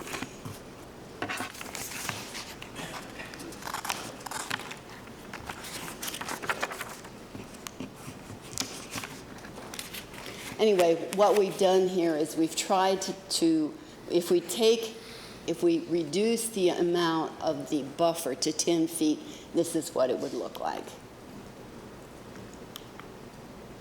So I'm standing at the corner of Todd's property, and Todd is here, and we have a very good relationship, and he gave me permission to come on his property to take some pictures. I wanted to make sure that you all understood what it looked like out there. So I'm standing at the corner of his property, and he recently purchased the red barn that's there, and beyond there is his home and his outbuilding, and he's done some really great things with that property. It looks really nice. Bev, just for clarity, you're standing on the corner of his property on Baltimore Road, correct? Correct, okay. The Baltimore Road side. Okay. So what I wanted to do next is talk about the lighting issues then. Todd was concerned that there was too much light coming from our area. So what I've done is I've stood at Todd's house with his permission and taken some pictures during the daytime as well as at night to show you some issues of what it looks like. So standing on the right side first, this is what it looks like on Todd's view from his driveway. This is all he can see because he has the trees there. But we also have a cedar fence that's 6 feet. And this is what it looks like at night. Now, it wasn't originally like this. Once we had the meeting and Todd discussed the issues with the lighting, we actually added voluntarily shielding on the light. This was not a requirement, but we felt like it was fair. He was unhappy. And honestly, I hadn't gone back there and I hadn't looked at what it looked like. And I think Wrigley Field, which is what Todd said, may have been a small exaggeration, but when we're not happy with something, don't we all do that? So that's what it looks like now. And holding a light meter, and that's our fence in the background, that's my hand. The light meter says 0.03. Code says 0.5, so we are considerably under it. We are in compliance with the lighting. So the next thing then is here's a picture. I'm going to show you a picture from Todd's driveway looking at our house. And that's what it looks like. I'm standing on the corner of the pad for his driveway, garage, for his garage. And you can see the house there. You see the fence. And this is what it looks like at night. And here's a light meter. And it says 0.00. You can't get any better than that, right? That's at the corner of our fence. And then standing at the red barn that you saw just a few minutes ago, looking at our property, towards the house again. There's the house during the day, and here is at night. And there's the light meter, and it also says 0.00. The light in the background is actually a motion sensor on his red barn. That's not our light. So what we did to repair that or to improve it is my husband worked very hard for a while and added light shields to most of our lights. There are a few that are up near the front, but there's quite a distance, and it does not. We've checked the light meter at all borders, and we are in total compliance now. So we added the light shields downward facing, and we exceeded. We also proposed that when we do the construction, that instead of putting the lights at 8 to 12 feet in a downward facing dimension, we're going to put them down at 6 to 8 feet so that it doesn't bother Todd. If there's any kind of a light that's shining or anything like that, we'll put a shield over it. That's not a problem. So we're back to this visual barrier here, and I want to talk a little bit about the heights. When we built the construction during phase 1, we had to do a good bit of excavation for the drive lanes. And the reason we did that is because we're using gravitational drainage. And of course, for the buildings, we needed a fairly level site. And so we dug down quite a bit, and we were breaking rock. We were doing all kinds of things. But I want you to see the level of the house there. On either side, there's a retaining wall, either side of the building. And you see that blue car there, and above it is Joe's truck, my husband's truck. And you can see that there is quite a grade increase. And you continue up, and there is I'm going to show you some pictures from the carport. There's actually 6 steps from the carport to that porch that you see in the back.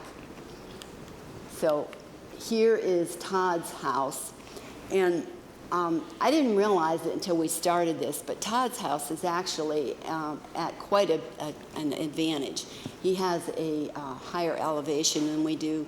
I was looking at some topos a little while ago with Doug, and it's about 10 feet before construction began. Now, in Todd's case, I believe when you build a house, you want to build it up a little bit higher so that you want a good drainage. In our case, we dug down. So I'm standing on the drive lane there, and I'm taking a picture. At my height, I'm 5'9". I'm looking at the carport, and then you can see that there's a built-up area, 6 stairs, and I'm standing up there at the top of the porch. And I'm looking at Todd's house. And there's Todd's house, and you can actually see the bottom of his driveway in front of the garage door. How high is that? I don't know, because we didn't start any kind of formal planning, because I wanted to make sure that we had approval before we spent that kind of money on it. But you can see that we have the fence, 6 foot. You can also see that there's a grade there, and I'm standing maybe 12 feet. Remember, the house is 25 feet tall. So I'm standing maybe 12, maybe 14 feet tall or on the grade. So I'm not really sure how high it is, but he definitely has a visual advantage, and I just want to point that out. So this is what it looks like, again, during the day, standing on Todd's driveway. But again, he's looking into our property. So I'm not complaining that I want to increase the size of the fence because I think it's fair and it would make my neighbor happy. But I don't want to have to go any higher than is required. So anyway, this is a picture. The U-Haul truck in the front there is a 26-foot U-Haul, and it is 12 foot high. It's the largest U-Haul that can be that they produce. And we keep those on site because we are a U-Haul affiliate. And this is what it looks like. What is the height? I don't know.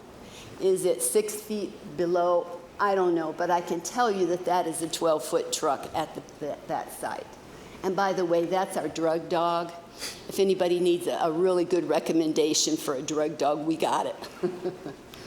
All right, this is standing on Todd's in front of his red barn during the day. You can see our carport. It's at grade. Now, I'm not at an elevation, and I will say that if you're in a truck or something like that, you can see into the property. As a matter of fact, I was at Todd's place, and in order, when you walk out on the pool, you have to walk up 3 steps from the grade. And when you stand there, you can peer into the property. But again, there's a visual advantage. So one of the other questions that we talked about was, well, how high is an RV? So there are 3 classes, at least from what I found on the web, and I'm no expert on this, so forgive me. But the first class is a Class A. It's one of the longest ones, and they can be up to 45 feet high, long, and 13 feet high. The Class B RVs are 9 to 10 feet high, and they're up to 12 feet long. And then the Class C are the smallest of all.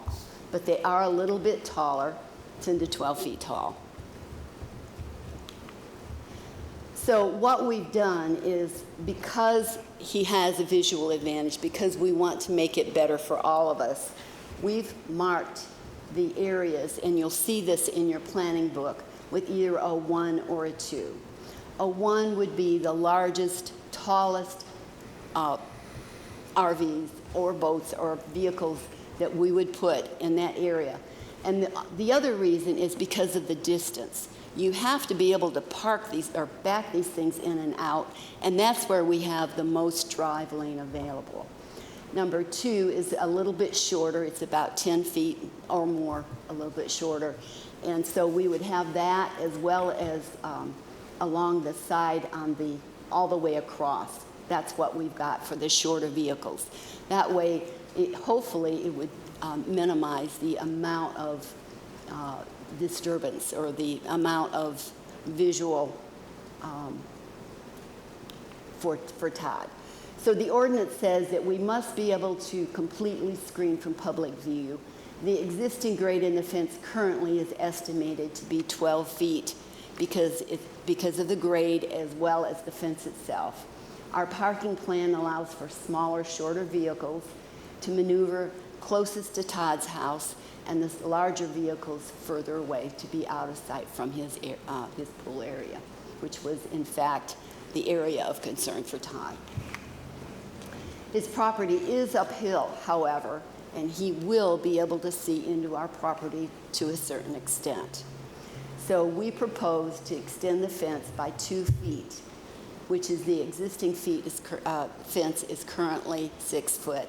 And I got a bid from one of our vendors, and they'll actually be cutting off the very top of that fence, adding some posts to the back of it, and then putting the top of the fence on top, and it'll look very attractive.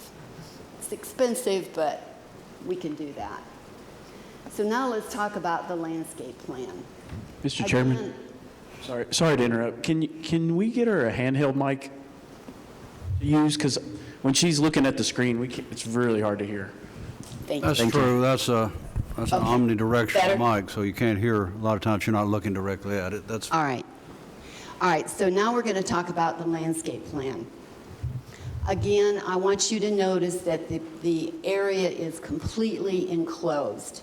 The only people that can get in and out there are our customers. Self-storage customers don't care about landscape. They really don't. So what we want to do is we want to do a minimized landscape buffer. And we have recommendations from 2 different landscapers. One is a tenant at our facility, and the other one is our current landscaper. And he says that it is his professional opinion that strict compliance with the standard planting requirements has a large probability of failure. The other one is our current landscaper, and he said that he does not believe it's going to work, that the landscape has a high probability as well. And he cannot offer a guarantee on any of the plants if we're required to put them in along the southern border. Now, he did say that he would try to do his best, and we actually have some plants that have survived from phase 1 development.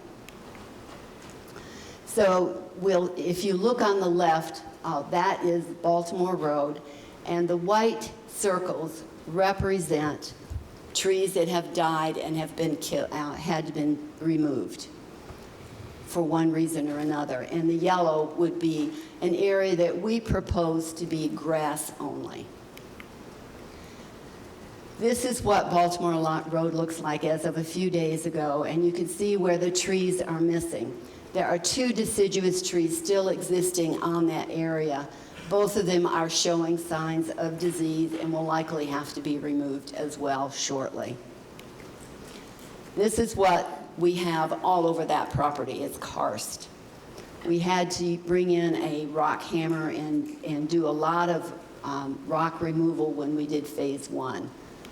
And here's more. And by the way, I want you to see the fence on the left in that middle picture is our fence. We keep our facility up very, very well, and we intend to continue to do that. We have a very attractive place, and we've been complimented by several of the neighbors, and we've got a really good recommendation. But you can see, again, there's karst there. It's all over the place. It's a combination, and we've got shot rock, we've got karst, we've got, it's just a difficult area. Now, in the front, we have plenty of soil, but not there. So this is what it would look like an alternate to if we had to plant them. The plants, again, along Baltimore Road, the white needs to be replaced. Now, we're asking along Baltimore Road, instead of the 6-foot required trees, we want to be able to put in smaller plants, probably junipers, abravadas, or whatever, so that they have a better chance of gaining root before they have large nutritional requirements in water, that kind of thing. Junipers seem to be the ones that are surviving the best, but we'd like to completely do away with the ornamentals and have only small plants along Baltimore Road. If required to do the landscape plan along the fence on the south, we'll put them in, but I don't guarantee that they'll make it. And again, those are listed in your pattern book of abravadas, hollies, junipers, and some crepe myrtles. I don't remember the other one. So with that, we request permission to plant the surviving species of evergreen only along Baltimore Road and allowed to be used smaller sizes than are required by code when we do the replanting. Along the southern border, based on our observations and experience with the plantings, as well as the recommendation of 2 experienced landscapers, we request a special waiver of the landscape requirements as outlined in the alternative plan number 1, with grass only along the fence. So the questions from last time were: the height of the house is 25 feet. The existing additional parking space is approximately 9,500 square feet. The lighting issues now exceed code requirements. The visual barrier, we propose to add an additional 2 feet to the fence, which would then exceed code if I forgot to tell you that the maximum, according to Tennessee law, that an RV can be height is 13 feet 6 inches. So if we have a 12-foot fence and we add 2 feet, it would be 14 feet. And we're willing to do that. And then we propose landscape plan number 1. So, questions?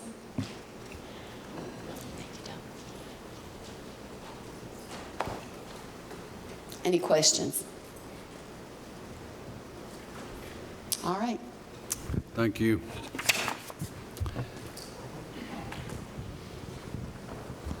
We'll now go into our public hearing. And I'm going to ask that Commissioner McMurray come up first. He has a young one back there that's needing to go someplace else, but we're going to ask that he comes up first. I believe he has a statement to make. Good evening, sir. Good evening, sir. Thank you, Mr. Chairman, Commissioners. Thank you for being here tonight. I apologize. Thank you for allowing me to speak. But I have a 8-year-old back there who just come from swim, so he's a little famished and hungry. So, I am standing here.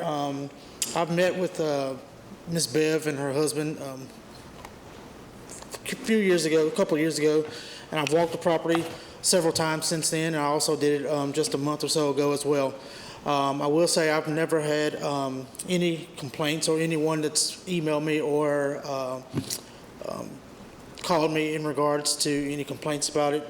I will say I know this has been a lengthy and long process for them, so they have, from my perspective, they have been trying to do what's right regarding the property and along for the neighbors as well.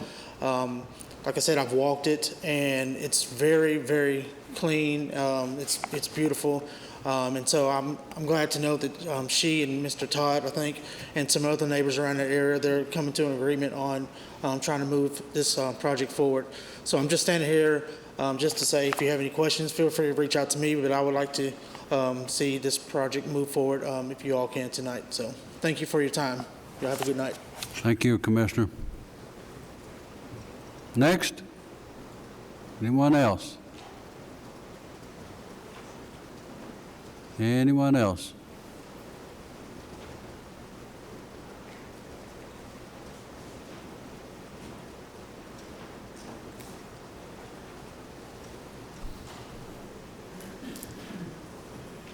Evening, sir. Right there. Hi, my name is Jerry LeClaire. I own one of the houses on Baltimore Road. I don't know the applicant, but probably pass by the site 2 times a day. It's a rental property for me. I have never seen a speck of trash. I've never seen a single problem. She's got a fantastic facility. Be one I'd be proud to own, and just figured I would mention that because I think sometimes it matters, but people actually own properties through there. It's a small little gravel road, only a handful of neighbors, probably 10, 12 houses, something of that nature. But I haven't heard any complaints about it. I think does a fantastic job as a business person. When I first saw the flyer come through the mail, I don't know, 7 years ago or something like that, whenever she started, I thought, oh no, I'm going to lose house value, but I'm not going to lose a cent on it. She does a fantastic job, does a fantastic business, and glad to have her as a neighbor. So that's all. Thank you, sir. Anyone else?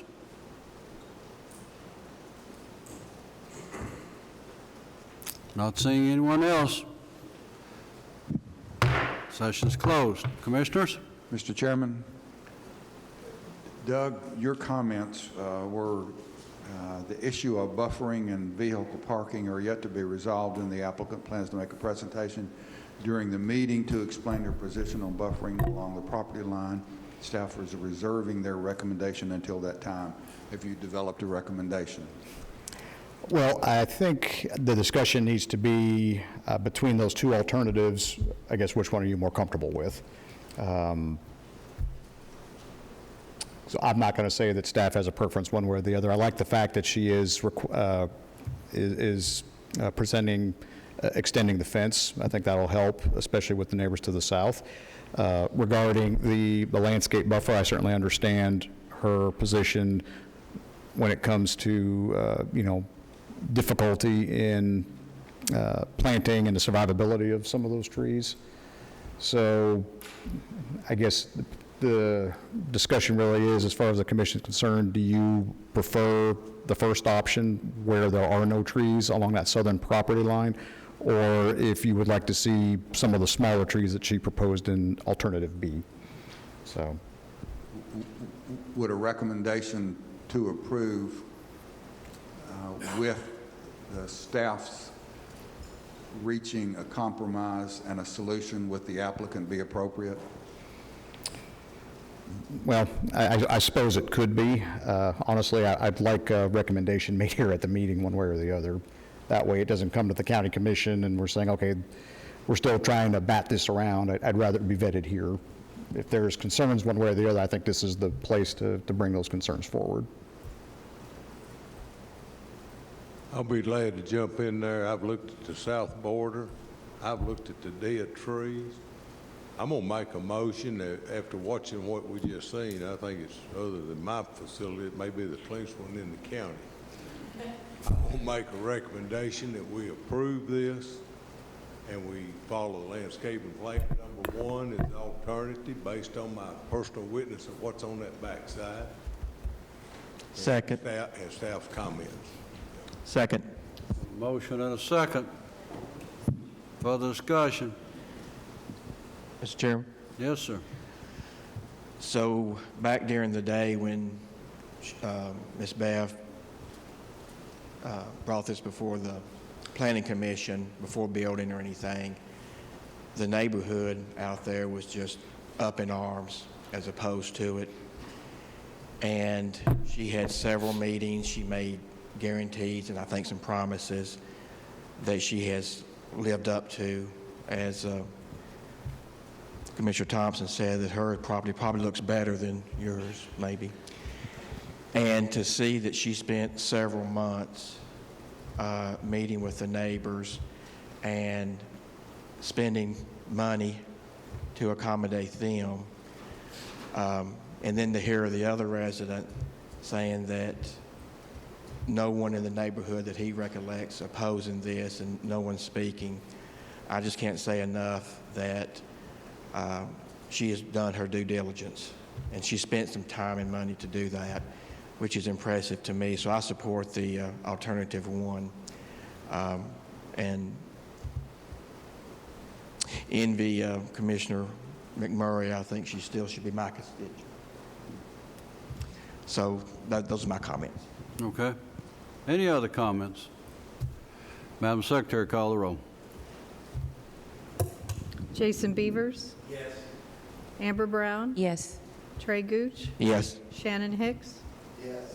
Charlotte P. Jeff Phillips. Michael Shirley. Yes. Jim Thompson. Yes. Pettis Reed. Yes, Motion carries. it does carry. It's currently 7:56, seeing a large crowd and 2 more items to go. We're going to take a short break and come back and take those 2. So we are temporary, about 5 minutes is what we're looking at. We'll call it back to order. And we'll begin with item number 5, Joshua Canon, REZ 26008, location 2601 Thurston Drive, Commissioner District 14 is Wayne Irwin. Size of site is approximately 5.7 acres. Tax map 70, parcel 18. Existing zoning is residential medium density. Proposed zoning is commercial service. Mr. Damasi. Yes, Mr. Chairman, thank you. This application comes before you as a result of a zoning enforcement action. Following an inspection and conversations with the owner, he started working with a local engineering firm and met with county staff about the possibility of rezoning the property. The application you have before you is a result of those discussions. The applicant owns the gravel company, which is located at 3943 Old Nashville Highway, which is just down the road from the subject property. According to his application, he'd like to rezone this property to expand his business as the existing site is at capacity. There's an existing house on the property that is currently used as a rental unit. You'll see that there is a concept plan along with your agenda packets on your iPads. And this is not a plan development, so it's not a binding concept plan, but it does give you an idea of how they would like to move forward with this property. You can see where the proposed office is, where the existing house is located, along with proposed storage structure, a barn, along with parking and material storage at the back of the property. The concept plan shows access onto both Old Nashville Highway and Thurston Drive. Thurston Drive is a private road, so the applicant will need to provide documentation that they have legal access for any proposed improvements or activity on this property. We have not required any traffic study at this point, but again, as we've discussed on multiple occasions tonight, even if this is approved prior to site plan, if we feel one is warranted, we can require one at that time. Regardless, an engineered site plan will have to be submitted that demonstrates conformance with our regulations regarding access and parking, as well as landscaping. CS zoned property is required to provide a type 2 buffer along adjacent property lines, and a type 1 buffer adjacent to any property zoned OP, which is office professional. You'll see that there is some office professional zoned property adjacent to the subject site. And our performance standards will also apply as well. This property is almost completely surrounded by non-residential zoning. There's more non-residential zoning as you travel to the northwest along Old Nashville Highway. I will reiterate our concerns that we have about Thurston Drive and traffic improvements that might be required along Old Nashville Highway, depending on the final layout of the proposed development. But overall, we don't feel that this is an unreasonable request. So with that, I know the applicant's present, and we'll be happy to answer any questions. Any questions for the staff? If not, I'll call the applicant or the representative for the applicant.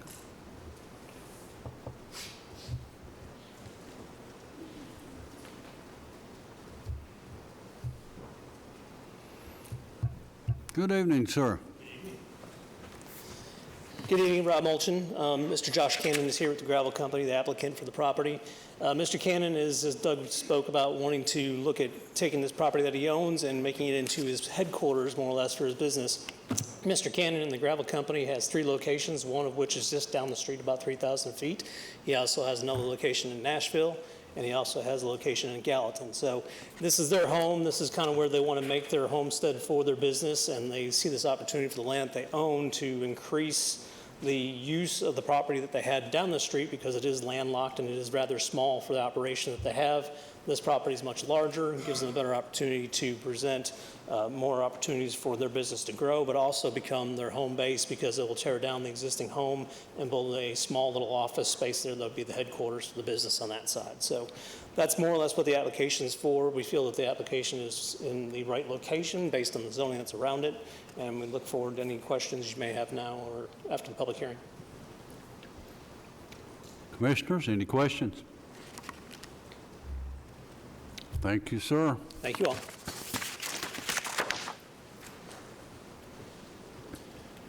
We'll now open it for public comments. I know we've had a break, but I don't think we need additional training, so anybody that wants to come forward for 3 minutes and give us any comments you might have, you're welcome to do so. Anybody wishes to make a comment? Not seeing anyone, we will close the comment period. Commissioners? Move to approve with staff comments. Motion to approve. And a second for the discussion. Please call the roll. Jason Beavers? Yes. Amber Brown? Yes. Trey Gooch? Yes. Shannon Hicks? Yes. Charlotte P? Yes. Jeff Phillips? Yes. Michael Shirley? Yes. Jim Thompson? Yes. Pettis Reed? Yes. Motion carries. Motion does carry. Moving now to item 6. Bequin Acquisitions, LLC, REZ 26004. Location is 7477 Amable Road. Commissioner District 9, Joshua James. Size of sites approximately 31.75 acres. Tax map 76, parcel 26. Existing zoning is residential medium density. Proposed zoning is a planned unit development. Mr. DeMasi. Yes, Mr. Chairman, thank you. This application will look familiar. It was deferred from the Planning Commission's March 9th, 2026 meeting. I have included a copy of those minutes with your agenda packets, which you can find on your iPad just for reference of the discussion during that meeting. Most of the concerns raised during that meeting were about traffic safety, commercial uses in the area, and the range of commercial uses that the CS District allows. The first motion was to deny the original request, which again was to CS, but the applicant's representative came forward and asked for a deferral, which was granted. A neighborhood meeting was held on March 23rd in anticipation of a planned development zoning request, which is what you have before you tonight. Though you will find a copy of the pattern book also on your iPads. You'll see the concept plan on page 8 shows 4 tracks, which is similar to what they were proposing originally, with buildings and parking storage areas on each. Maximum building size is 20,000 square feet per lot, with an overall maximum total of the project for a total of 80,000 square feet, no more than that. Parking and storage areas are shown, but may vary depending on the type of business that ends up on the property. You'll see a list of proposed uses on page 9 of the pattern book. You'll see, when we originally sent comments back for the pattern book, you'll see that there was the permitted uses. After speaking with the applicant's representative a little about those uses, they came up with that second table on the right. These are specific industrial uses that would not be permitted with the planned development. You'll recall that, earlier on the agenda tonight, we had one that had the industrial activities, and there was some discussion on that. And what the applicant's representative asked at that time is, well, could we just put a list of uses that we know we wouldn't do in there? And I said, well, yes, I think that would be appropriate, and we'll kind of see where that goes, so that you can see that that is what they've done on that chart that you have in front of you on the table or on the screens in front of you, or also on your iPads. You can find it there. You'll also find some additional information in the pattern book, the development standards on page 9, setback diagram on page 10, architectural standards on page 11. The concept plan shows primary access along Almaville Road. This is a state road, so TDOT approval will be required for any new or improved access points. TDOT could also require additional traffic improvements such as turn lanes. You'll also see as was the case during our last time we had this before us, that there is a stub out to that street to the east. Now, if that property were to ever develop between this property and the South Haven subdivision, there is the potential for a future connection for South Haven to get back to Almaville Road without having to go onto Ocala Road or go out the back way through the Stewart Creek Farm subdivision. So just so you know that that is still part of their overall proposal. Of course, an engineered site plan would be required to be submitted, as with anything. Even if this is approved, they would have to come back with site plans for all of these improvements that they are showing here. Non-residential plan developments don't require open space set-asides, but they do require buffering. Page 13 of the pattern book shows the proposed buffering plan. A 30-foot wide tree preservation area is shown around most of the site, except for areas within the stream buffer of Stewart Creek. That's to leave them primarily undisturbed. Storage areas on each lot will have chain link fences for security, and there'll also be a 6-foot privacy fence on portions of the properties you can see outlined on the pattern book. The pattern book also states any solid waste enclosures would be screened with masonry wall or fencing, which also be enhanced by landscaping to help shield them from adjacent properties, and our performance standards would also apply.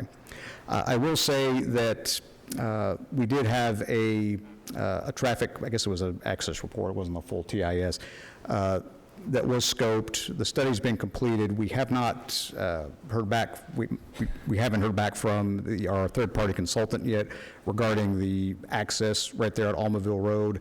That is something that, again, should this be approved tonight, that is a study that's pending. Any recommendations of that we would just include within the pattern book or even prior to site plan. But with that, the applicant is present and we'll be happy to answer any questions. Mr. Chair. Doug, last time it caught my attention, is this proposed to be a private drive? They're showing it as a private drive right now. So have we ever connected a private drive to like if this connects to the neighborhood, then that's going to become a collector, I guess. Mm-hmm.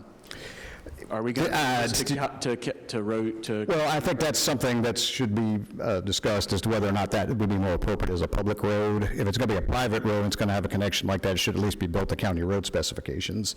That way, if it's ever taken over by the county, because that road that property may never develop. Correct. Or if it develops into something that's completely unrelated to any kind of a cross-through or anything like that, it could just be a private road for perpetuity. So, at the very least, it should be built to some kind of our public road standard for that. So in the future, if we were to take it over, then we could. Would you, I assume like with a 50-foot deeded right-of-way that like, should it ever connect and the county take it over, they would need, can that be included in here that they would have to pay for the recording of that? I don't think that's unreasonable. I think you could, yes, sir. Other questions? I'll ask that the applicant or representative, and looks like it's Mr. Taylor. Thank you. Matt Taylor of SCC. I've also got my client with me as well, if you've got any questions directly for him. And so since last time we were before you, we have changed it to a PUD. We have restricted the uses very heavily compared to what was requested previously. We held a neighborhood meeting, probably had about 30 to 40 people attend that meeting, I believe. We added screening along Almaville Road at the request of neighbors. We reinforced the lighting requirements inside of the PUD at the request of the neighbors. The use chart was revised at the request of the neighbors. We completed the traffic impact study, as Mr. DeMasi said, and then we've also held our first meeting with TDOT. There'll be a few meetings with TDOT. They requested a TIS, which we had discussed here previously, I think, and so we'll submit that to them after your third party reviews and approves. And we've got it in here. We'll fully comply with the recommendations of the TIS. And I think probably most importantly, we have not started any work on the property or done anything else, and will not until we have an approved site plan. As far as the road, that's a public access easement. We're going to build that to public standards. We would like to leave it as a public access easement purely because of where our soils are situated for our septic and our step, whatever that winds up being there. And so we'd like to leave that because they're not distributed across the site. They're located in one location, so it helps us from that perspective. But we're committed to making that building it to public standards and making it a public access easement so it can be hooked onto. The only difference is we're responsible for the maintenance at the end of the day, and our HOA, our owners association, will be prepared for that. What's the proposed width of that road? I think typically it's 24 foot of pavement with curb and gutter, and then I would imagine I think the TIS probably recommends a 3-lane cross section at the intersection with Amelville, and we'll add that as well.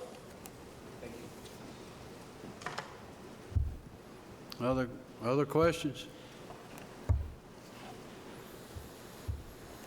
I think you covered it. Thank you. Thank you, sir. With no other questions, we'll now open it up for the public comment period. Who's first?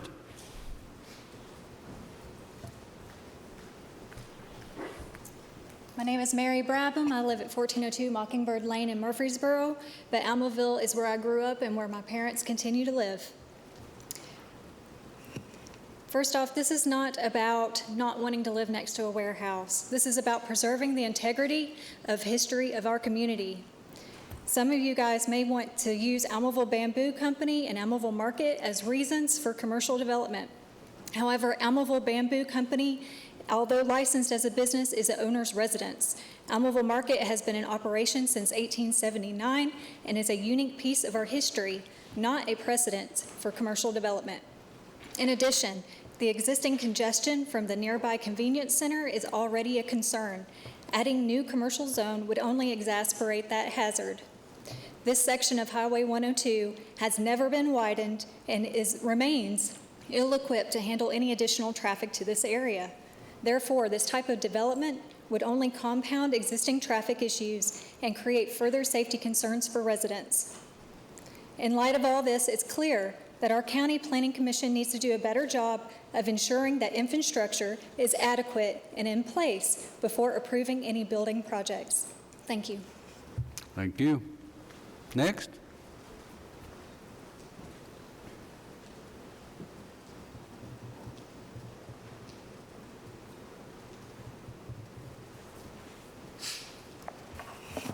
My name is Laura Shree Glazner, and I reside at 9217 Franklin Road, Murfreesboro, Tennessee.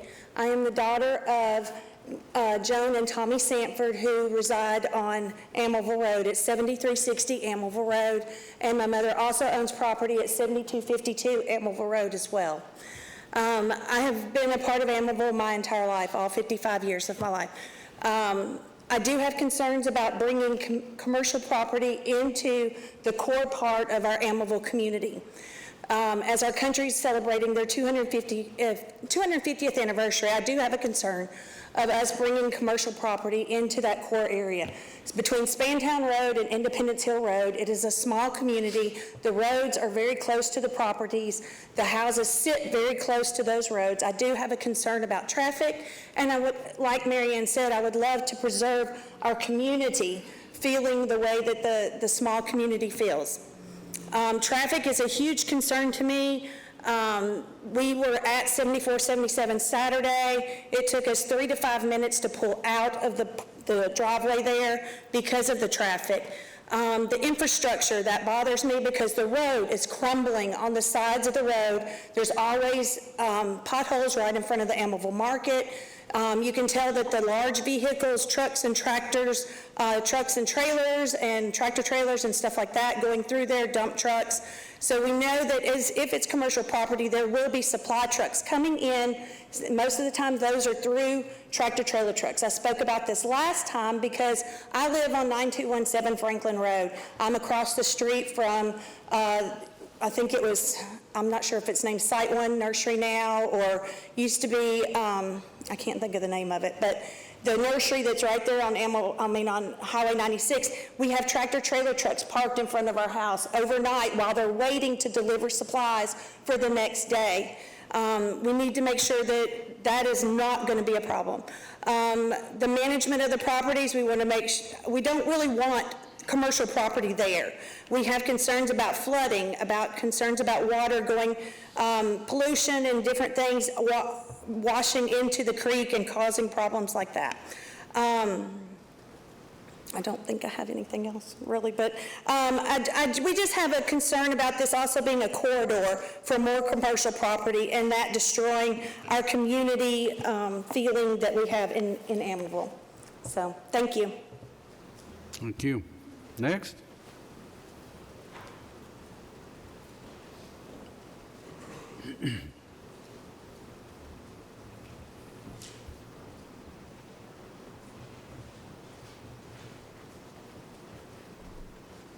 I'm Sandra Piper, and I live at 7719, and I've got property on 7715.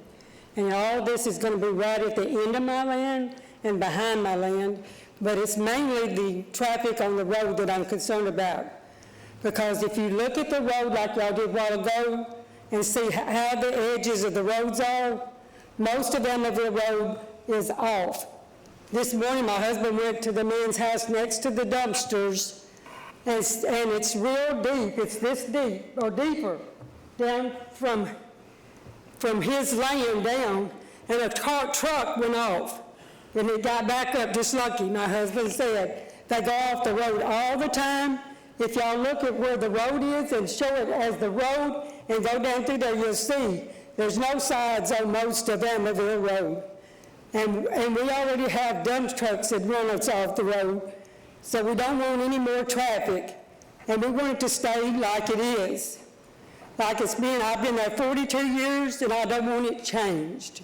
I don't want people knocking me off the road. The dump trucks knock me off almost all the time now. There's them trucks that look like that carries milk or gas, they knock you off the road. So we don't want any more trucks is what we don't want. Thank you.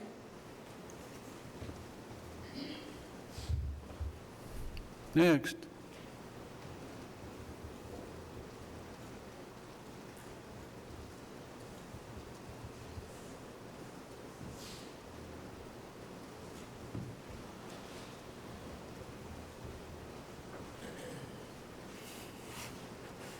I'm Barbara Ball. I live at 7717 Amelville Road.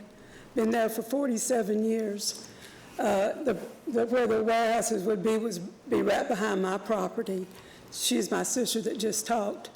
What I'm concerned about is the flooding a lot. I know the road is really bad, but they have covered that. But the flooding, it's a flood zone. And if they build that up to make it where they can build on that, I don't know if it's going to make my property flood or not. I don't know. He didn't mention about the 30 or 40 people that was at that meeting. I don't think there was anybody that wanted it. Everybody was against it. I want you to be aware of that. And I just want you to think about if this was your property you've been at for 47 years and they want to build a warehouse right behind your property and right to the side of your property, I want you to think about if that was you. Thank you. Next.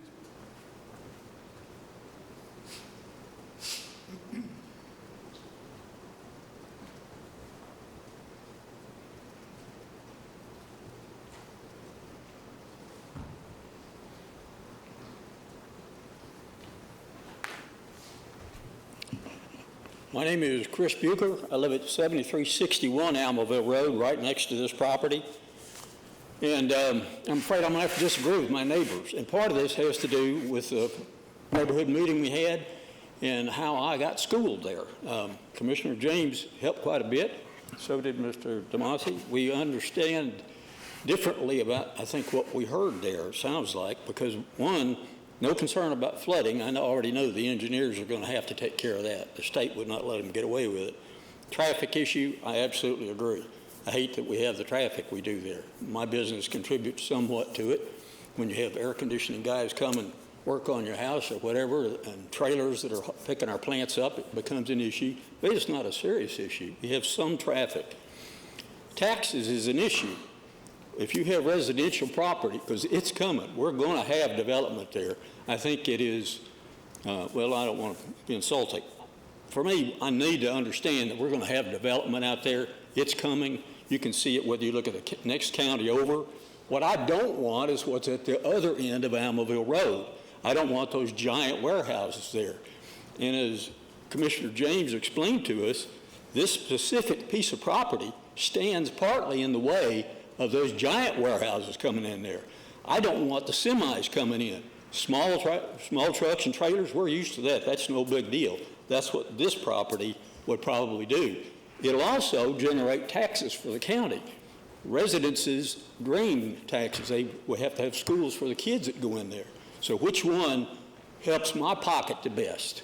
A commercial property coming in there does it. And of course it increases the property value of my property as far as that's concerned too, so I don't object to it for that reason. Concerned about lighting, I think they've addressed. I don't have a problem with that because it just so happens I've got very thin soil all the way along my property within several hundred feet. And I have a 25-foot evergreen buffer, which I planted with the same product that I sell. Sorry for the plug there. But it does work, so I'm not worried about the light. What I am worried about is noise. You bring a big industry in there and you got a potential for a lot more noise. I'm not even going to talk about what would happen if somebody happens to get smart and stick a data center back there, and you can say we don't have water, but these new micro nuclear reactors they're building at Oak Ridge don't need water. If somebody plops 10 of those down, you know what kind of noise a data center makes? That's what we don't want. I don't want big industry behind my house, behind your house. I don't mind a couple of pickup trucks and trailers coming in there. I don't think it's going to contribute to the problems of the neighbor. Yeah, we need to get the state to do something about it. But the development's coming. You can look at what's going on in Williamson County right across the border. They've run out. We are the last exit down there. And you look how fast veterans changed. Thank you.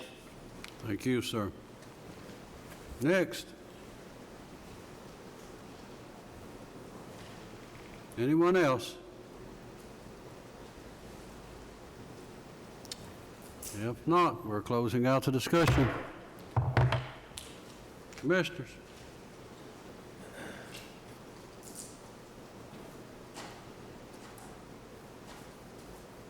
Discussion, questions, or a motion? Make a motion we approve with staff comments. Second. Further discussion? What was the motion to approve with staff comments? That was his motion.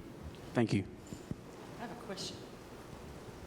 Have we been given, or does anyone been given a timeline to improvements on the state calendar for Amaville Road? I'm not aware of any. I know that it's on our regional MPO. It's on their long-range plan for improvements to Almaville Road. Now, when that's going to be, what that's going to look like, I don't know.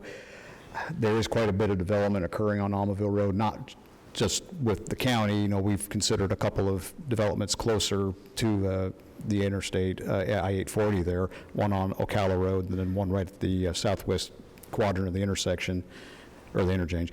But there's also quite a bit of development occurring. Mike's kind of highlighting it in there.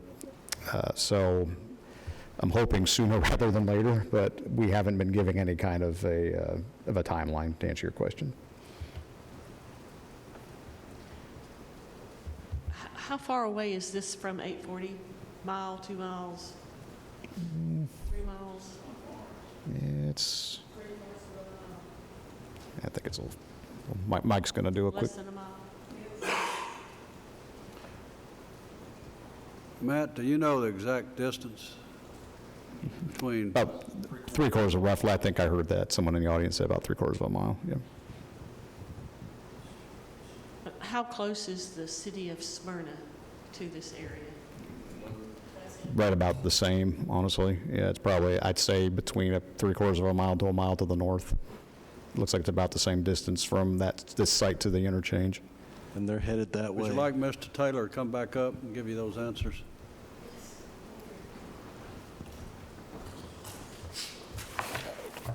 When you said Smyrna, I think an important point to, or fact to point out is Smyrna is in the process of obtaining easements to run sanitary sewer all the way to, about where Mike has the hand right there. And so if development's not here today, like that signals to me Smyrna intends to expand this direction. And so I did some quick math. People were talking about traffic. If this project is much less traffic than a residential neighborhood, I did some quick math. If Smyrna extends sewer and a very conservative density would result in about 100 houses, that's about 1,000 trips a day.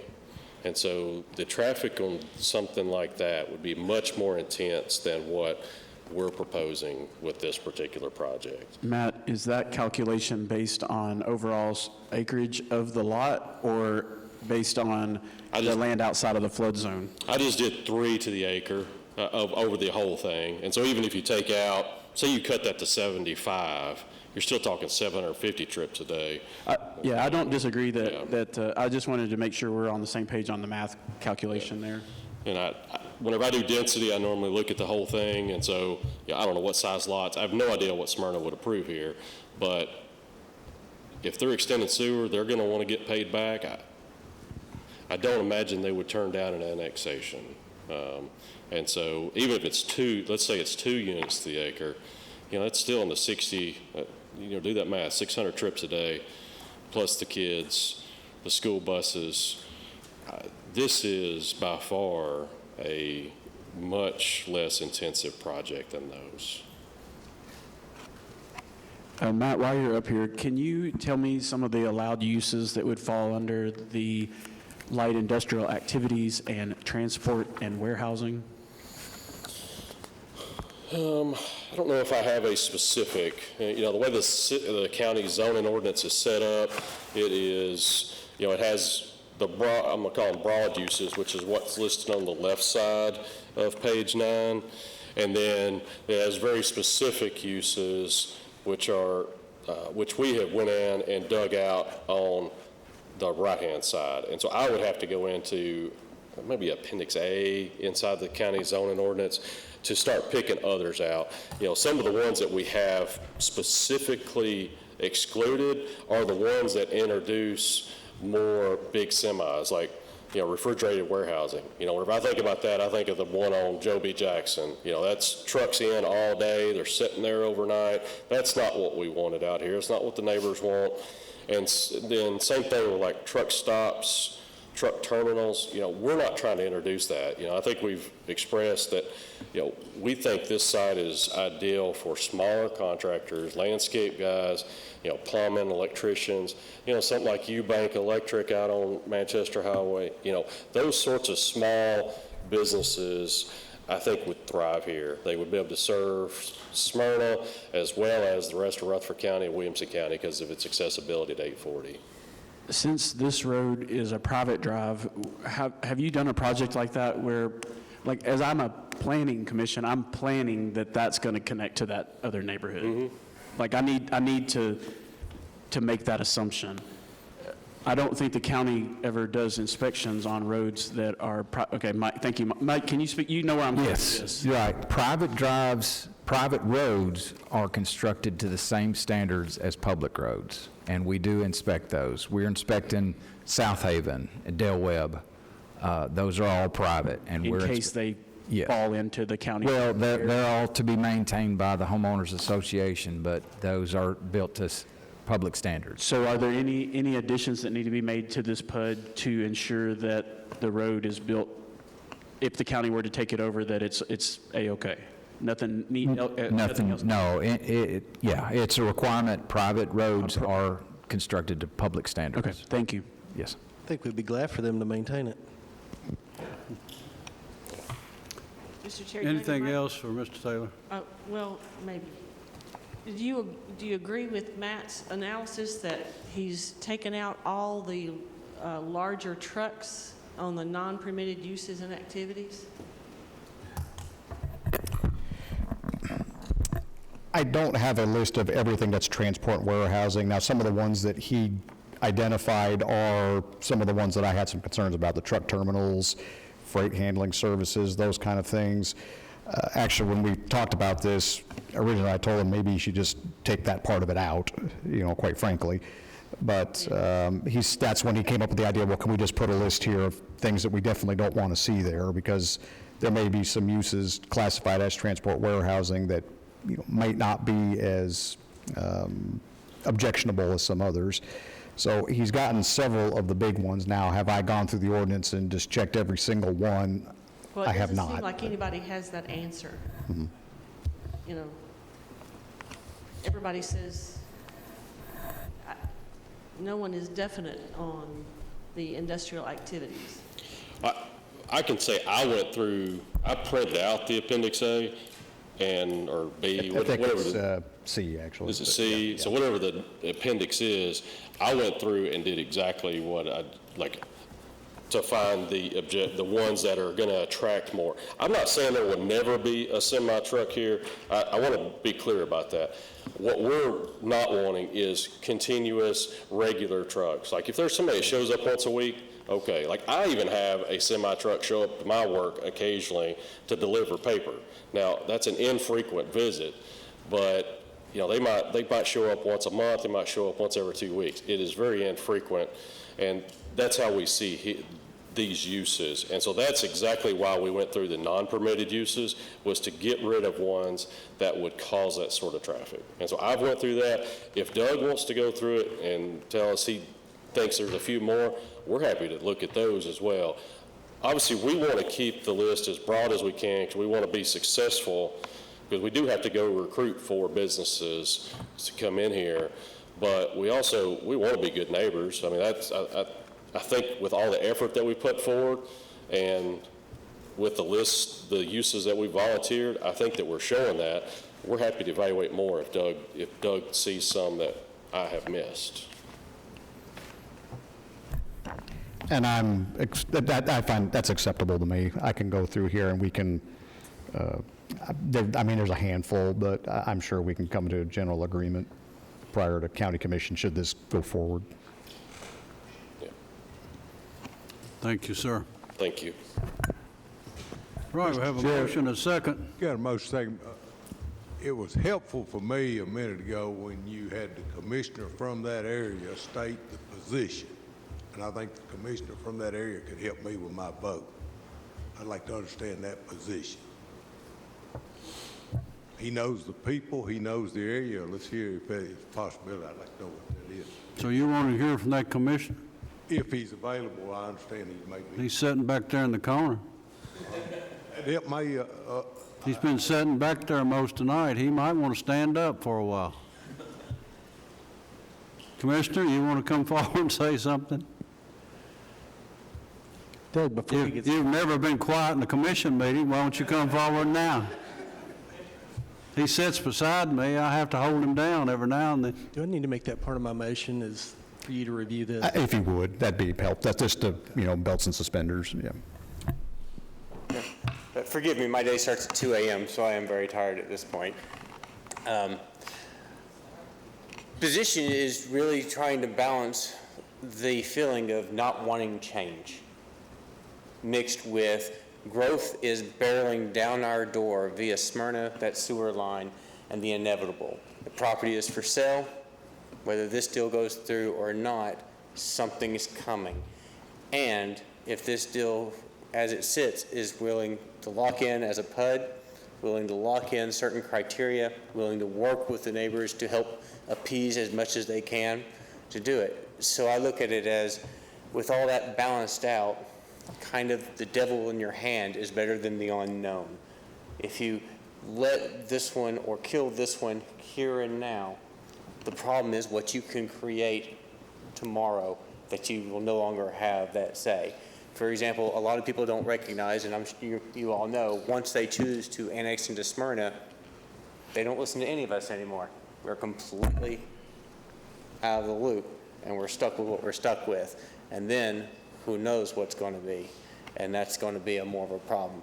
So as I stand here and now, as much as it might affect and offend some of my direct constituents in the inner circle, I would unfortunately and regretfully, because I don't want my backyard to change either, have to accept this as this says with the staff comments.